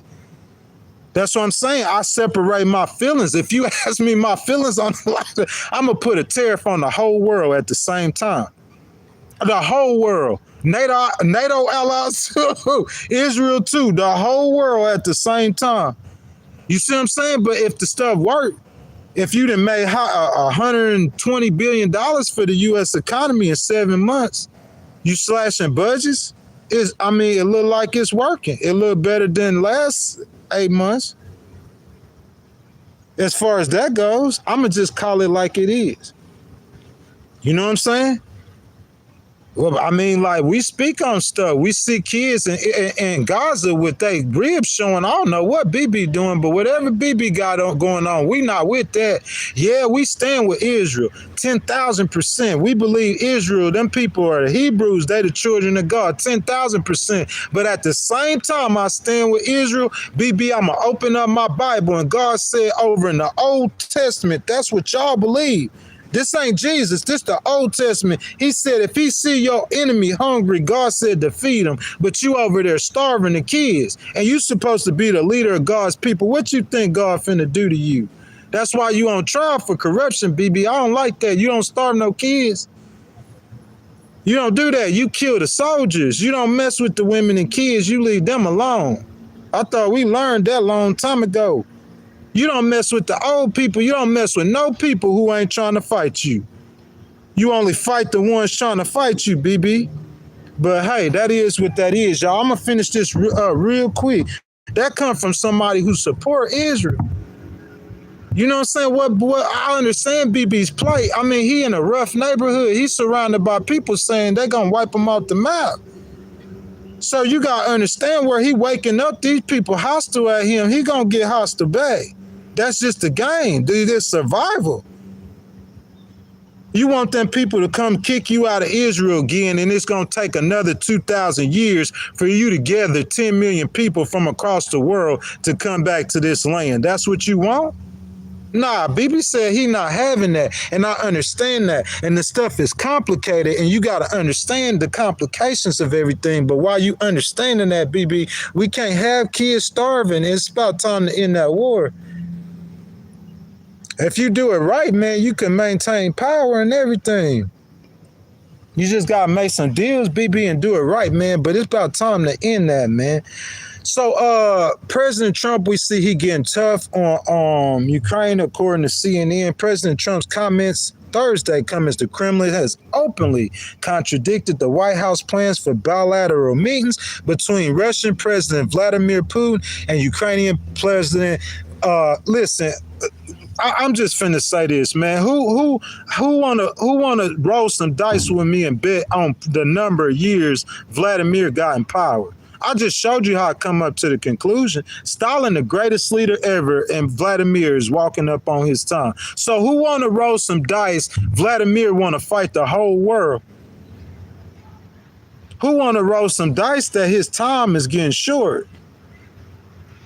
He contradicting a meeting. You want to keep fighting the war. So President Trump, he said he want to keep fighting. Bet. Let him keep fighting. You want to keep fighting, Vladimir? I bet you in 30 days, you ain't going to want me up there, because in 30 days, I bet you ain't going to want to fight no more. You going to be on the phone to get, hey, President Trump, you ain't going to call me this time because I ain't going to hang up. I'm going to have my staff to tell him to call Zelensky. Don't even call me. That's how I'm going to deal. I ain't going to play with. You can't play with him. Especially that kind of dude. If you dealing with Rosie O'Donnell, you could play with her. You can't play with that man. You don't know what that man over there murdering people. You hear that man in the jungle. People don't think like they don't think that deep. It's like you out there with a lion and you out there trying to feed a lion. You know them people, they be trying to do stupid stuff like that. He not made for, he don't want to be your friend. He'll eat what you give him. He'll eat you too. But he not trying to be your friend. That's just what the world is. You got to understand it is what it is. And the people who see it for what it is, they just walk different than everyone else. And everybody else, they just bumping their heads or going with the system. Begging for $1. Somebody throw them a bone. Give them a good job, brother. Sell their soul for $100,000. I know some people like that. Sold their soul for $120,000 job. That all they got to do is just wait for a little while and they can earn it themselves. But they lazy. They don't want to struggle. They scared of pain. They scared that you will never be great. Name me one basketball player who the best basketball player. We saw Michael Jordan shed tears on that court, boy. Blood, sweat, and we saw him bleed on that court. We talking about on the court. What you saw that boy doing in practice. You know about how much trials you got to go through to be great? You talking about being the best, boy. Yeah, you're going to have to go through something for that. If you want to be ordinary now, everything could be comfortable if you just want to be like everybody else. And you will never achieve what God really created you to be because you just too busy trying to fit in with the group. You like a sheep, no identity. You just in the herd. You know who God came and rescued? What the Bible say? God went and looking for the 99 sheep that were together. And God went and looking for you in the church building with your 99 self. The Bible don't say he went looking for you. The Bible said he went looking for that one sheep out here. God said he went looking out here for the sheep. He ain't looking for you. You just like the rest of them. Why Jesus gonna come talk to you? The German Shepherd got you. The sheepdogs got you. You in there in the herd. Jesus came looking for that one he separated because he's special, he different. God gives some people that it's just natural, man. I'm not even thinking about this stuff. It just come out like that. Real talk, it's just the way you look at it. Okay, so Russia launched sweeping strikes on Ukraine. This is recent, including attack on an American-owned manufacturing company, killing 15 people. It's like Putin, he trying to act like he tough against President Trump. And it's just like how President Trump want to handle it. But I'm sure the general's giving him good advice. And it's just about how President T want to handle it. He gonna let him make it. Because he real disrespectful. Vladimir is real disrespectful. He has been for a long time. He disrespected President Bush. He disrespected President Clinton. When President Clinton went to talk to him, he shunned him. He didn't even want to talk to President Clinton. And that's when President Clinton went to Boris Yeltsin and he told him, this is who your leader is. He knew he was a problem. President Bush came in there trying to be cool with him. At the end, you saw how he felt about Putin. Then President Obama came. He's shunning President Obama. He think he weak. And President Obama, I mean, you know what I'm saying? That's just the CIA, how they moving though. Like they just, them nuclear weapons. And then President Trump come in trying to be cool with him. But I mean, the first term, I guess he really didn't kind of like, but now it is where it is, man. And I know one thing for certain and two things for sure. I know President Trump, his goals is to broker peace in the world so he could use that AI revolution to bring about prosperity to the entire world. That's his goals. So I'm saying if those were my goals and Putin was standing in the middle way of my goals, then that's going to be what that's going to be. Shortly after that Truth Social post, President Trump also posted a photo of himself meeting with Putin on top of a picture taken in 1959 of then Vice President Richard Nixon singing to confront Soviet premier. Yeah. The latter became a symbol of the U.S. standing up to bro. Like, look, bro, I'm going to tell brother, come on, listen. I don't care what nobody say. For me to come do live streams and for me to actually get content out of a book or off the internet or research the content and to come up with constantly President Trump like shoo-shooing or foo-fooing with Putin. Real talk. Because I'm saying this been since 2017, so he foo-fooing with Putin, really don't get tough on him. Then in the 4 years he gone, he come back in, still foo-fooing with Putin. I know we gonna try diplomacy. So to see him talking like this to where he ready to bump heads with him, I mean, I can't say nothing, but I like that. I don't see any real like Republican or Democrat who from that era. It ain't no way President Biden can't be happy to see President Trump turn against Vladimir. He might not say that on TV, but I promise you he happy to see that. It ain't no way that President Obama isn't happy to see President Trump turn on Vladimir. He might not say on TV. All Americans are happy to see that. Guys, it's all about the hustle. Look, you could judge President Trump on his success, and regardless of how much he hustles, in the end, he will be judged off of his success, not the hustle. You see what I'm saying? Normally, hustle leads to success. So him getting a bunch of peace deals and continually back and forth trying to broker peace throughout the world, that hustle usually leads to success. Like he got hostages released in Israel. I mean, he got to go back around and try to fix it, but hey, in my mind, while he's trying to broker peace, you'll be speaking out of turn, in my opinion, unless you're saying things that can contribute to him bringing about peace. What I'm trying to say is, it doesn't matter what path he takes. It's not about that. It's about the destination, not the way you get there. I say this in politics all the time. It's easier for independents to see it and not so much for a partisan Democrat or a partisan Republican. But when you are above politics, you can get this. You see what I'm saying? It's not about it's about the destination, not about the way you get there, okay? So I'm not going to argue about the best way or the choice or the way someone else took, as long as the goals are met, as long as we reach that destination. That's all that matters. As long as what we set out to do got done and we get to where we going, in my opinion, bro, that's what matters. You know what I'm saying? And that's all that matters. So, guys, I appreciate you guys. I appreciate the donations. I appreciate the likes. You guys coming in after the content was recorded.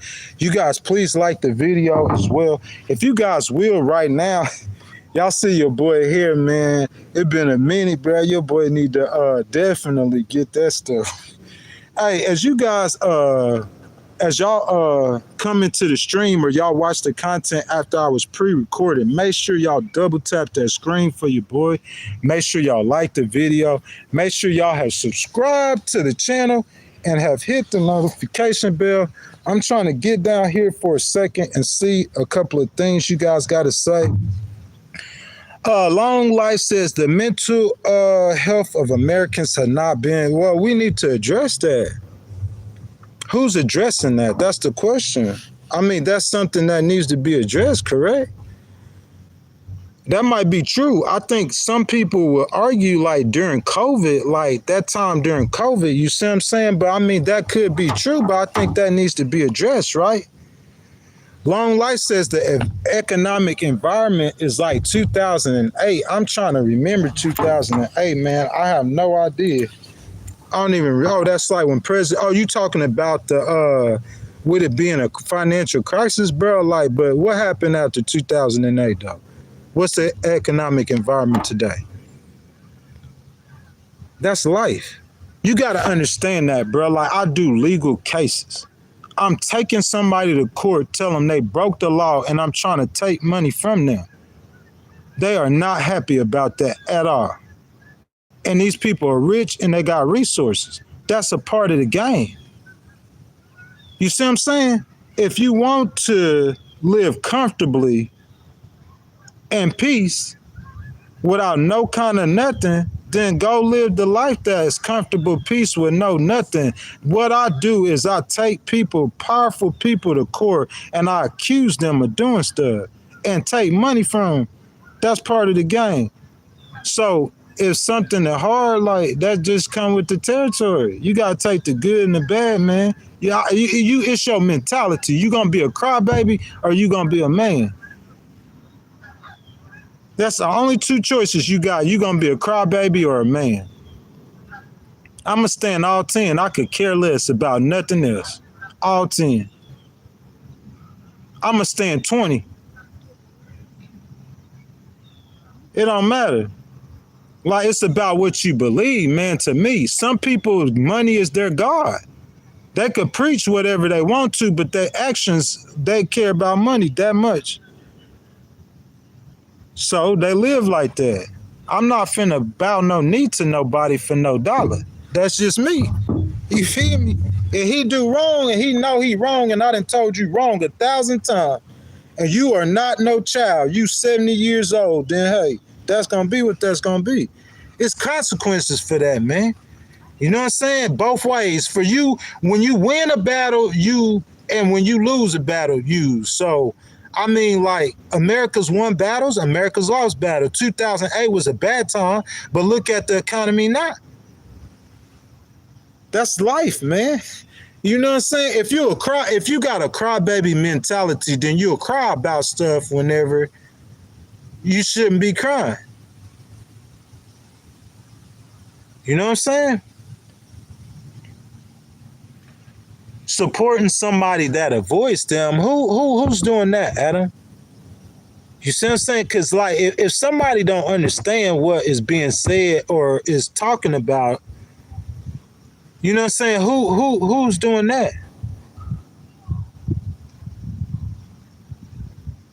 He said the economy now. I'm saying, look, bro, I have to sit down and do it. Bro, look at how much the average American made in 1980. And look how much the average American made now. You say inflation. Well, look how close the Japanese economy or any other economy in the world was, to America's compared to now. The closest, the average American makes $1,200 a week. The closest economy to that, they making about $300-400 a week. Closest.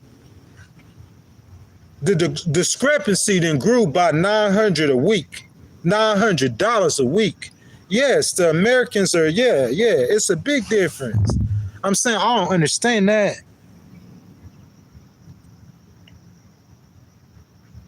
Solo Thud said, you take many lives. Nah, bro, none of that. You know what I'm saying? None of that.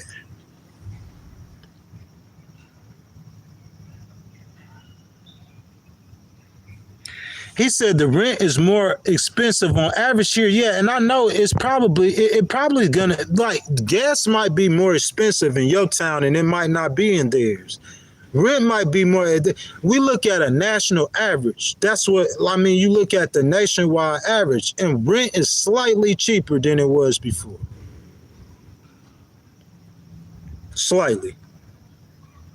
I mean, gas. You think about during the in my mind, during the summertime, if gas held steady or dropped a little bit nationally, then I would think in wintertime it probably would drop a little bit more and more. You know what I'm saying? President Trump just has to focus on the affordability situation. That's pretty much what that comes down to. You know what I'm saying?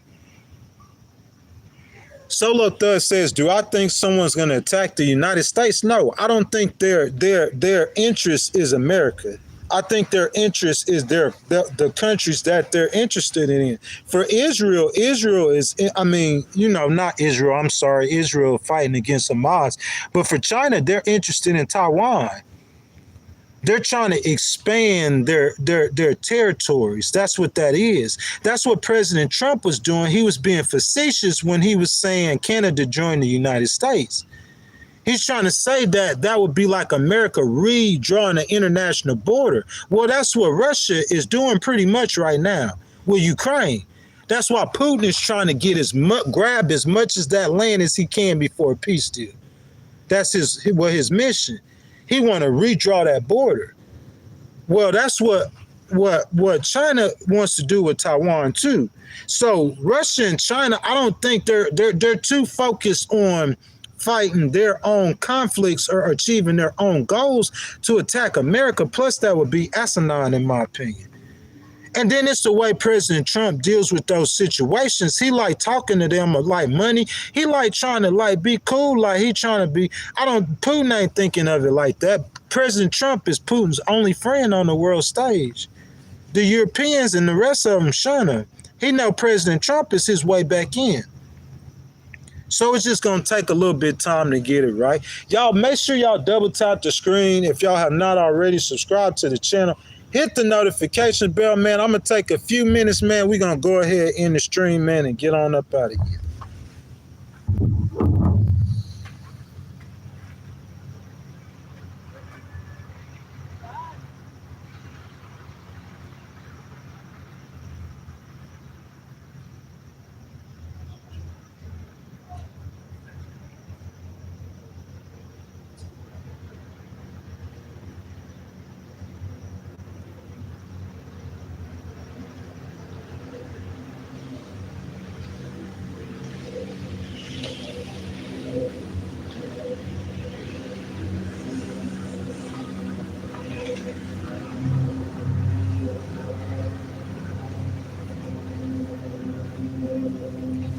Man, it's like every single day, man, we jump on the live stream, or the times that we do, be live again on Tuesday, got a special on Wednesday, probably be live again Friday and Saturday of next week. So we probably do 4 days.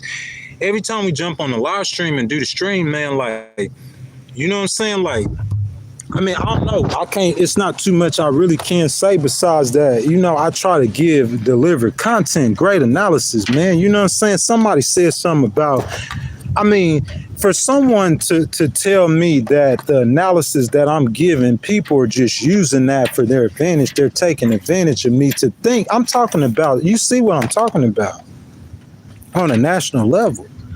So on a national if a politician is using advice that I'm giving him, to me, that ain't bad. And podcasters do that all the time.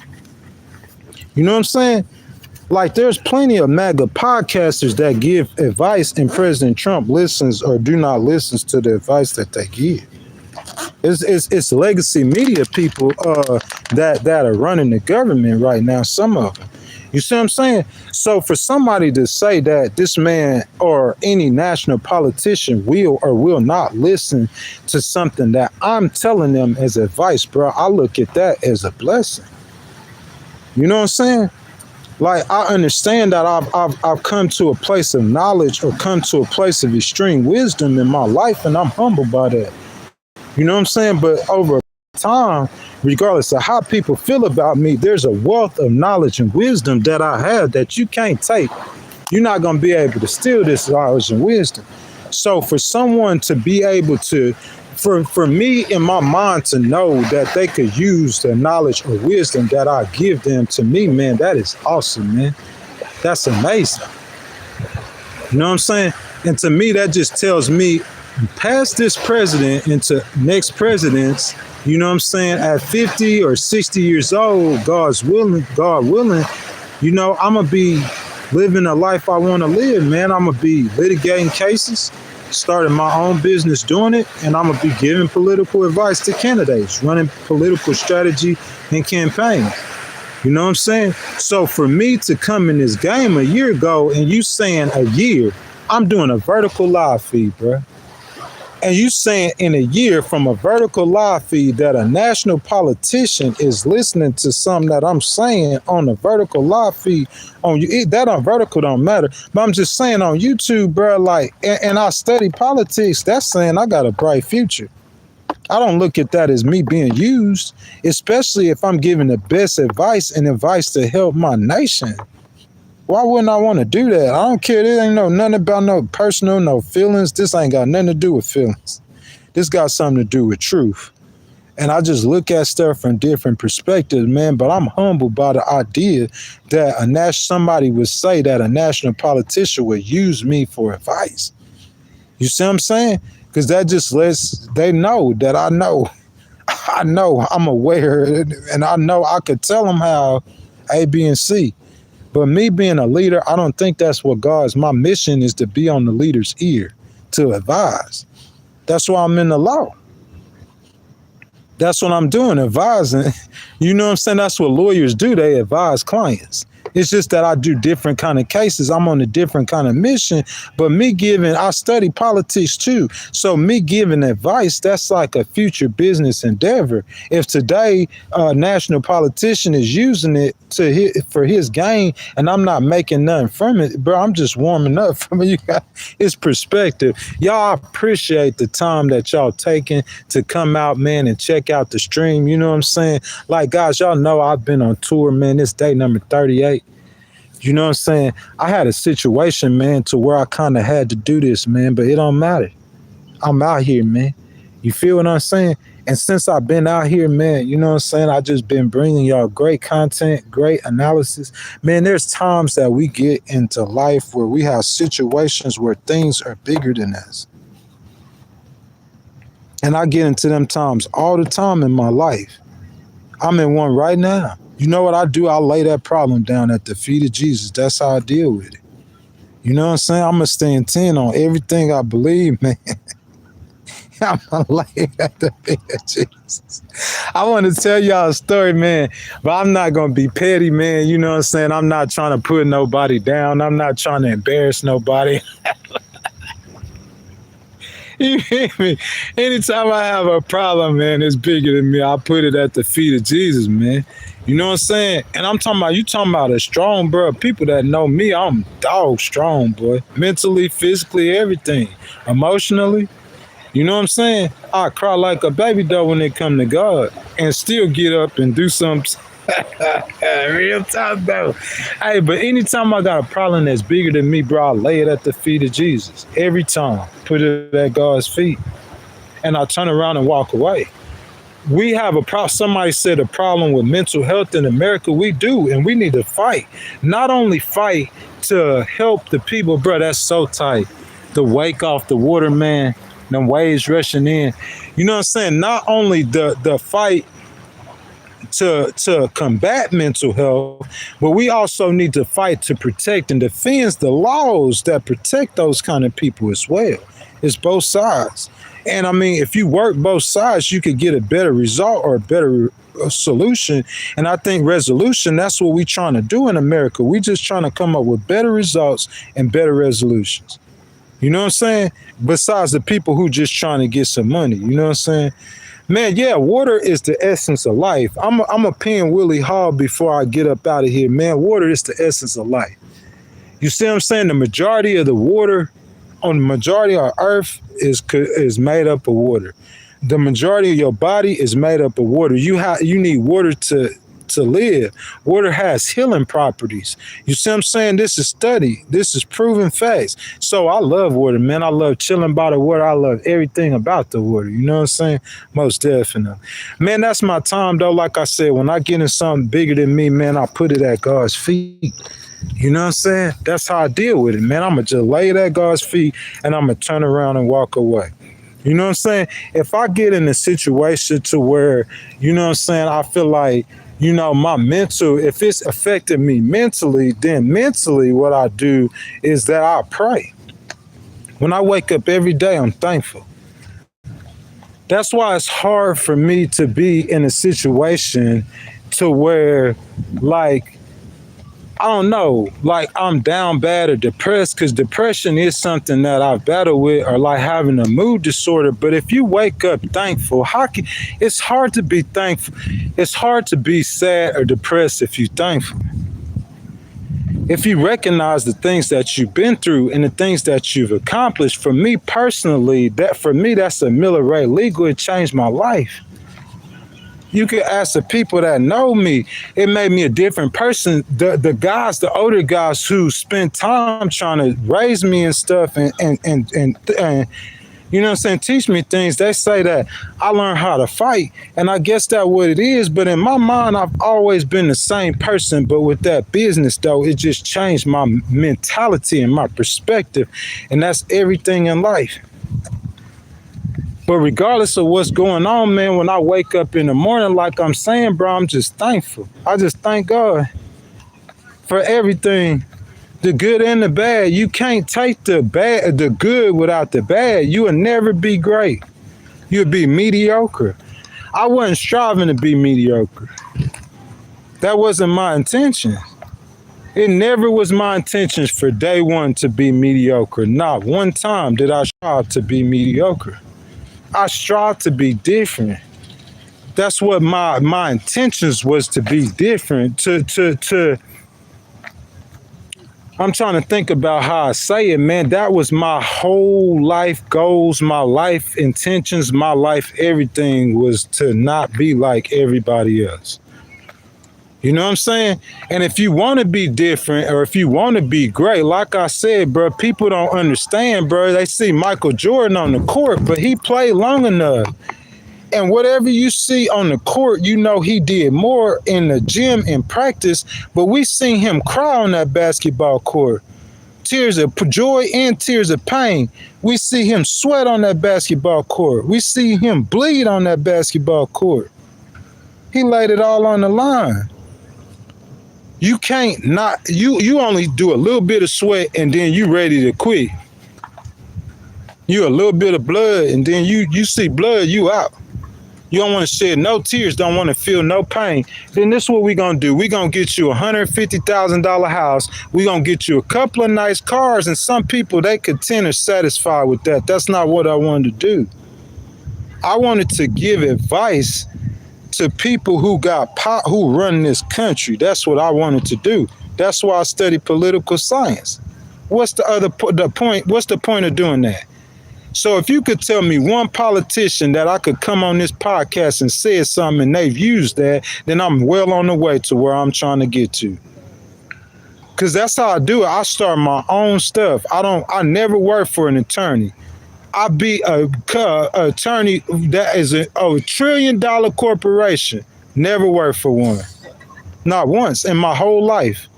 I got a degree. So I'm not going to sit here and lie and say I wasn't trained by attorney. I was taught and trained by attorney.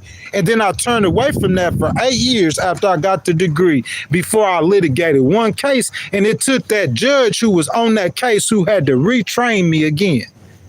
So I'm hands-on.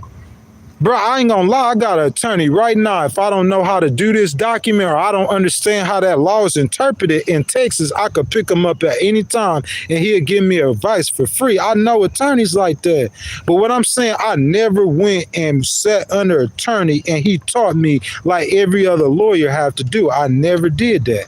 I'm not gonna do it with politics. So you say if I'm gonna start a business where I'm teaching people or I'm teaching municipalities the Americans with Disabilities Act, and then I'm gonna start a business where like it's a political strategist.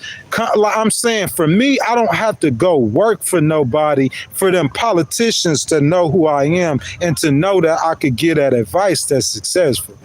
For me not having all that's telling me is just like I did this with a Miller Ray Legal. People didn't see this, but I had that degree and I knew Miss Starks, my bro, I told this 1,000 times. Miss Starks, my teacher, she said that she in front of the whole class, she looked at me and she said I could see Greg starting his business as a paralegal.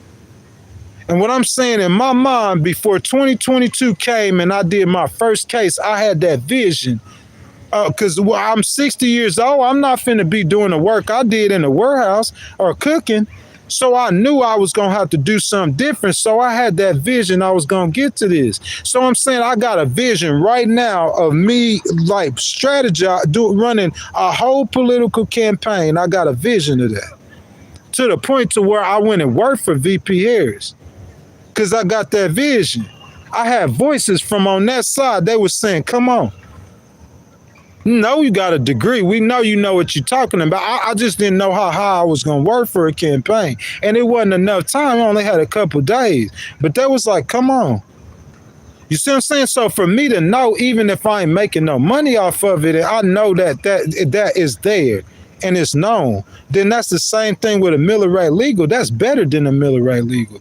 Because at least with a military legal, ain't nobody knew what capabilities I had at litigating cases until they seen it with their own two eyes. But I'm saying they know that I could advise a president. They know that. I'm talking about on economic matters, on matters of national security. I can advise them on anything. They know that. And ain't gonna lead nothing. God didn't make me to lead nothing. I know that. I try to tell my mama that when I was a kid, when she was trying to tell me I was I know he didn't make me to lead. But if you got a leader, that's what they got. They advice. I'ma just tell him some things and let him choose. Cause whoever over there talking, I feel like my advice is better than his. If you put him on a legal case and let us have the argument, he gonna lose. Count the days. Count the days. I'm finna wipe the dust with that boy. You feel what I'm saying? I'm finna wipe the dust with that boy. That ain't finna happen, boy. That boy, I'm finna wipe the dust with him. That's how I get down legally, man. So, man, that's my time, though, man. I appreciate y'all down in the comments, man. Like, y'all, you know what I'm saying? Like, after I do the content, sometimes we start talking about stuff that's like, you know what I'm saying? But I told people before that I wanted to do, like, Legal War. Like, when I started Legal Wars podcast, I didn't think I was going to be talking about politics, but I knew about politics. You know what I'm saying? I knew that, you know, I studied politics, but I thought like I was really what I thought Legal Wars podcast was a podcast or something so I could tell people how to litigate cases. But that's not what it turned out to be. You know what I'm saying? Y'all don't see that the first couple of live streams, I done deleted them, but that's the streams we was guilty or innocent. That's where I was trying to go. I thought we weren't going to be doing politics. You know what I'm saying? But a lot of people like hearing me talk about politics, so that's what we keep on doing. We're going to keep rocking like a cut-off stocking. Tuesday morning, bruh, at 8 a.m. Eastern time, man. Y'all tap in. Like, I got videos up, man. We the People 3, man. It's finna be uploaded really, really soon. I'm pretty much finished with that. We're going to go on the We the People 4 sometime next month. But We the People 3's up, bro. I got all the Discovery of Passions up. I did the Pardon series, bro. Meet Me at the Courts, the second version is finna come out, bro. I'm finna drop case number 4. In the last 5-6 weeks, 4 lawsuits. Yeah, it's time to do Meet Me at the Courts again. I guess that first version, they didn't get that first version. Y'all see, man, I'm hopping up in the car, man. You know what I'm saying? I'm finna get up out of here and everything like that. Like I said, man, I appreciate every last one of y'all. I enjoy y'all, man. I love y'all, man, with my whole heart, man. You know what I'm saying? My whole heart, man. I love every last one of y'all, man. Y'all here. Y'all kicking it with Big Ghost Rider, man, and the BMW, man. You know what I'm saying? Y'all kicking it with Big Ghost Rider in the Beamer, man. You know what I'm saying? That boy finna fire up, man. I gotta think. I probably got a little bit of work on some cases to do, man, but I ain't got too much left. As far as litigation wise, but like I said, man, I appreciate all you guys tapping in. I appreciate all y'all constantly tapping in. So many people, man, they constantly tap in, man. They show love, man. And I love every last one of y'all. I promise y'all, man. You know what I'm saying? Like I said, whenever I get in situations bigger than me, I give the situation to God and I worship and I pray. That's how I deal with it. You might have your way. I just think that's the best way to deal with it. And I tell them, I say, this is the day. I wake up every day thankful. This is the day the Lord has made. I will rejoice and be glad in it. Somebody said I came a long way, and I did. It surprised me. It's a certain level of wisdom or maturation that you reached, and you know what I'm saying? I came a whole long way, bro, and it surprised me. But I love y'all. I thank y'all. God loves y'all, man. Do not forget to pray. Do not forget to worship. Love your country first above any political party, y'all. That's my time, man. I'm out. I'll see y'all Tuesday at 8 a.m. Eastern on YouTube. DB, Abraham, I appreciate all y'all participate. Appreciate the donations, the light, man. And I'll see y'all Tuesday, man.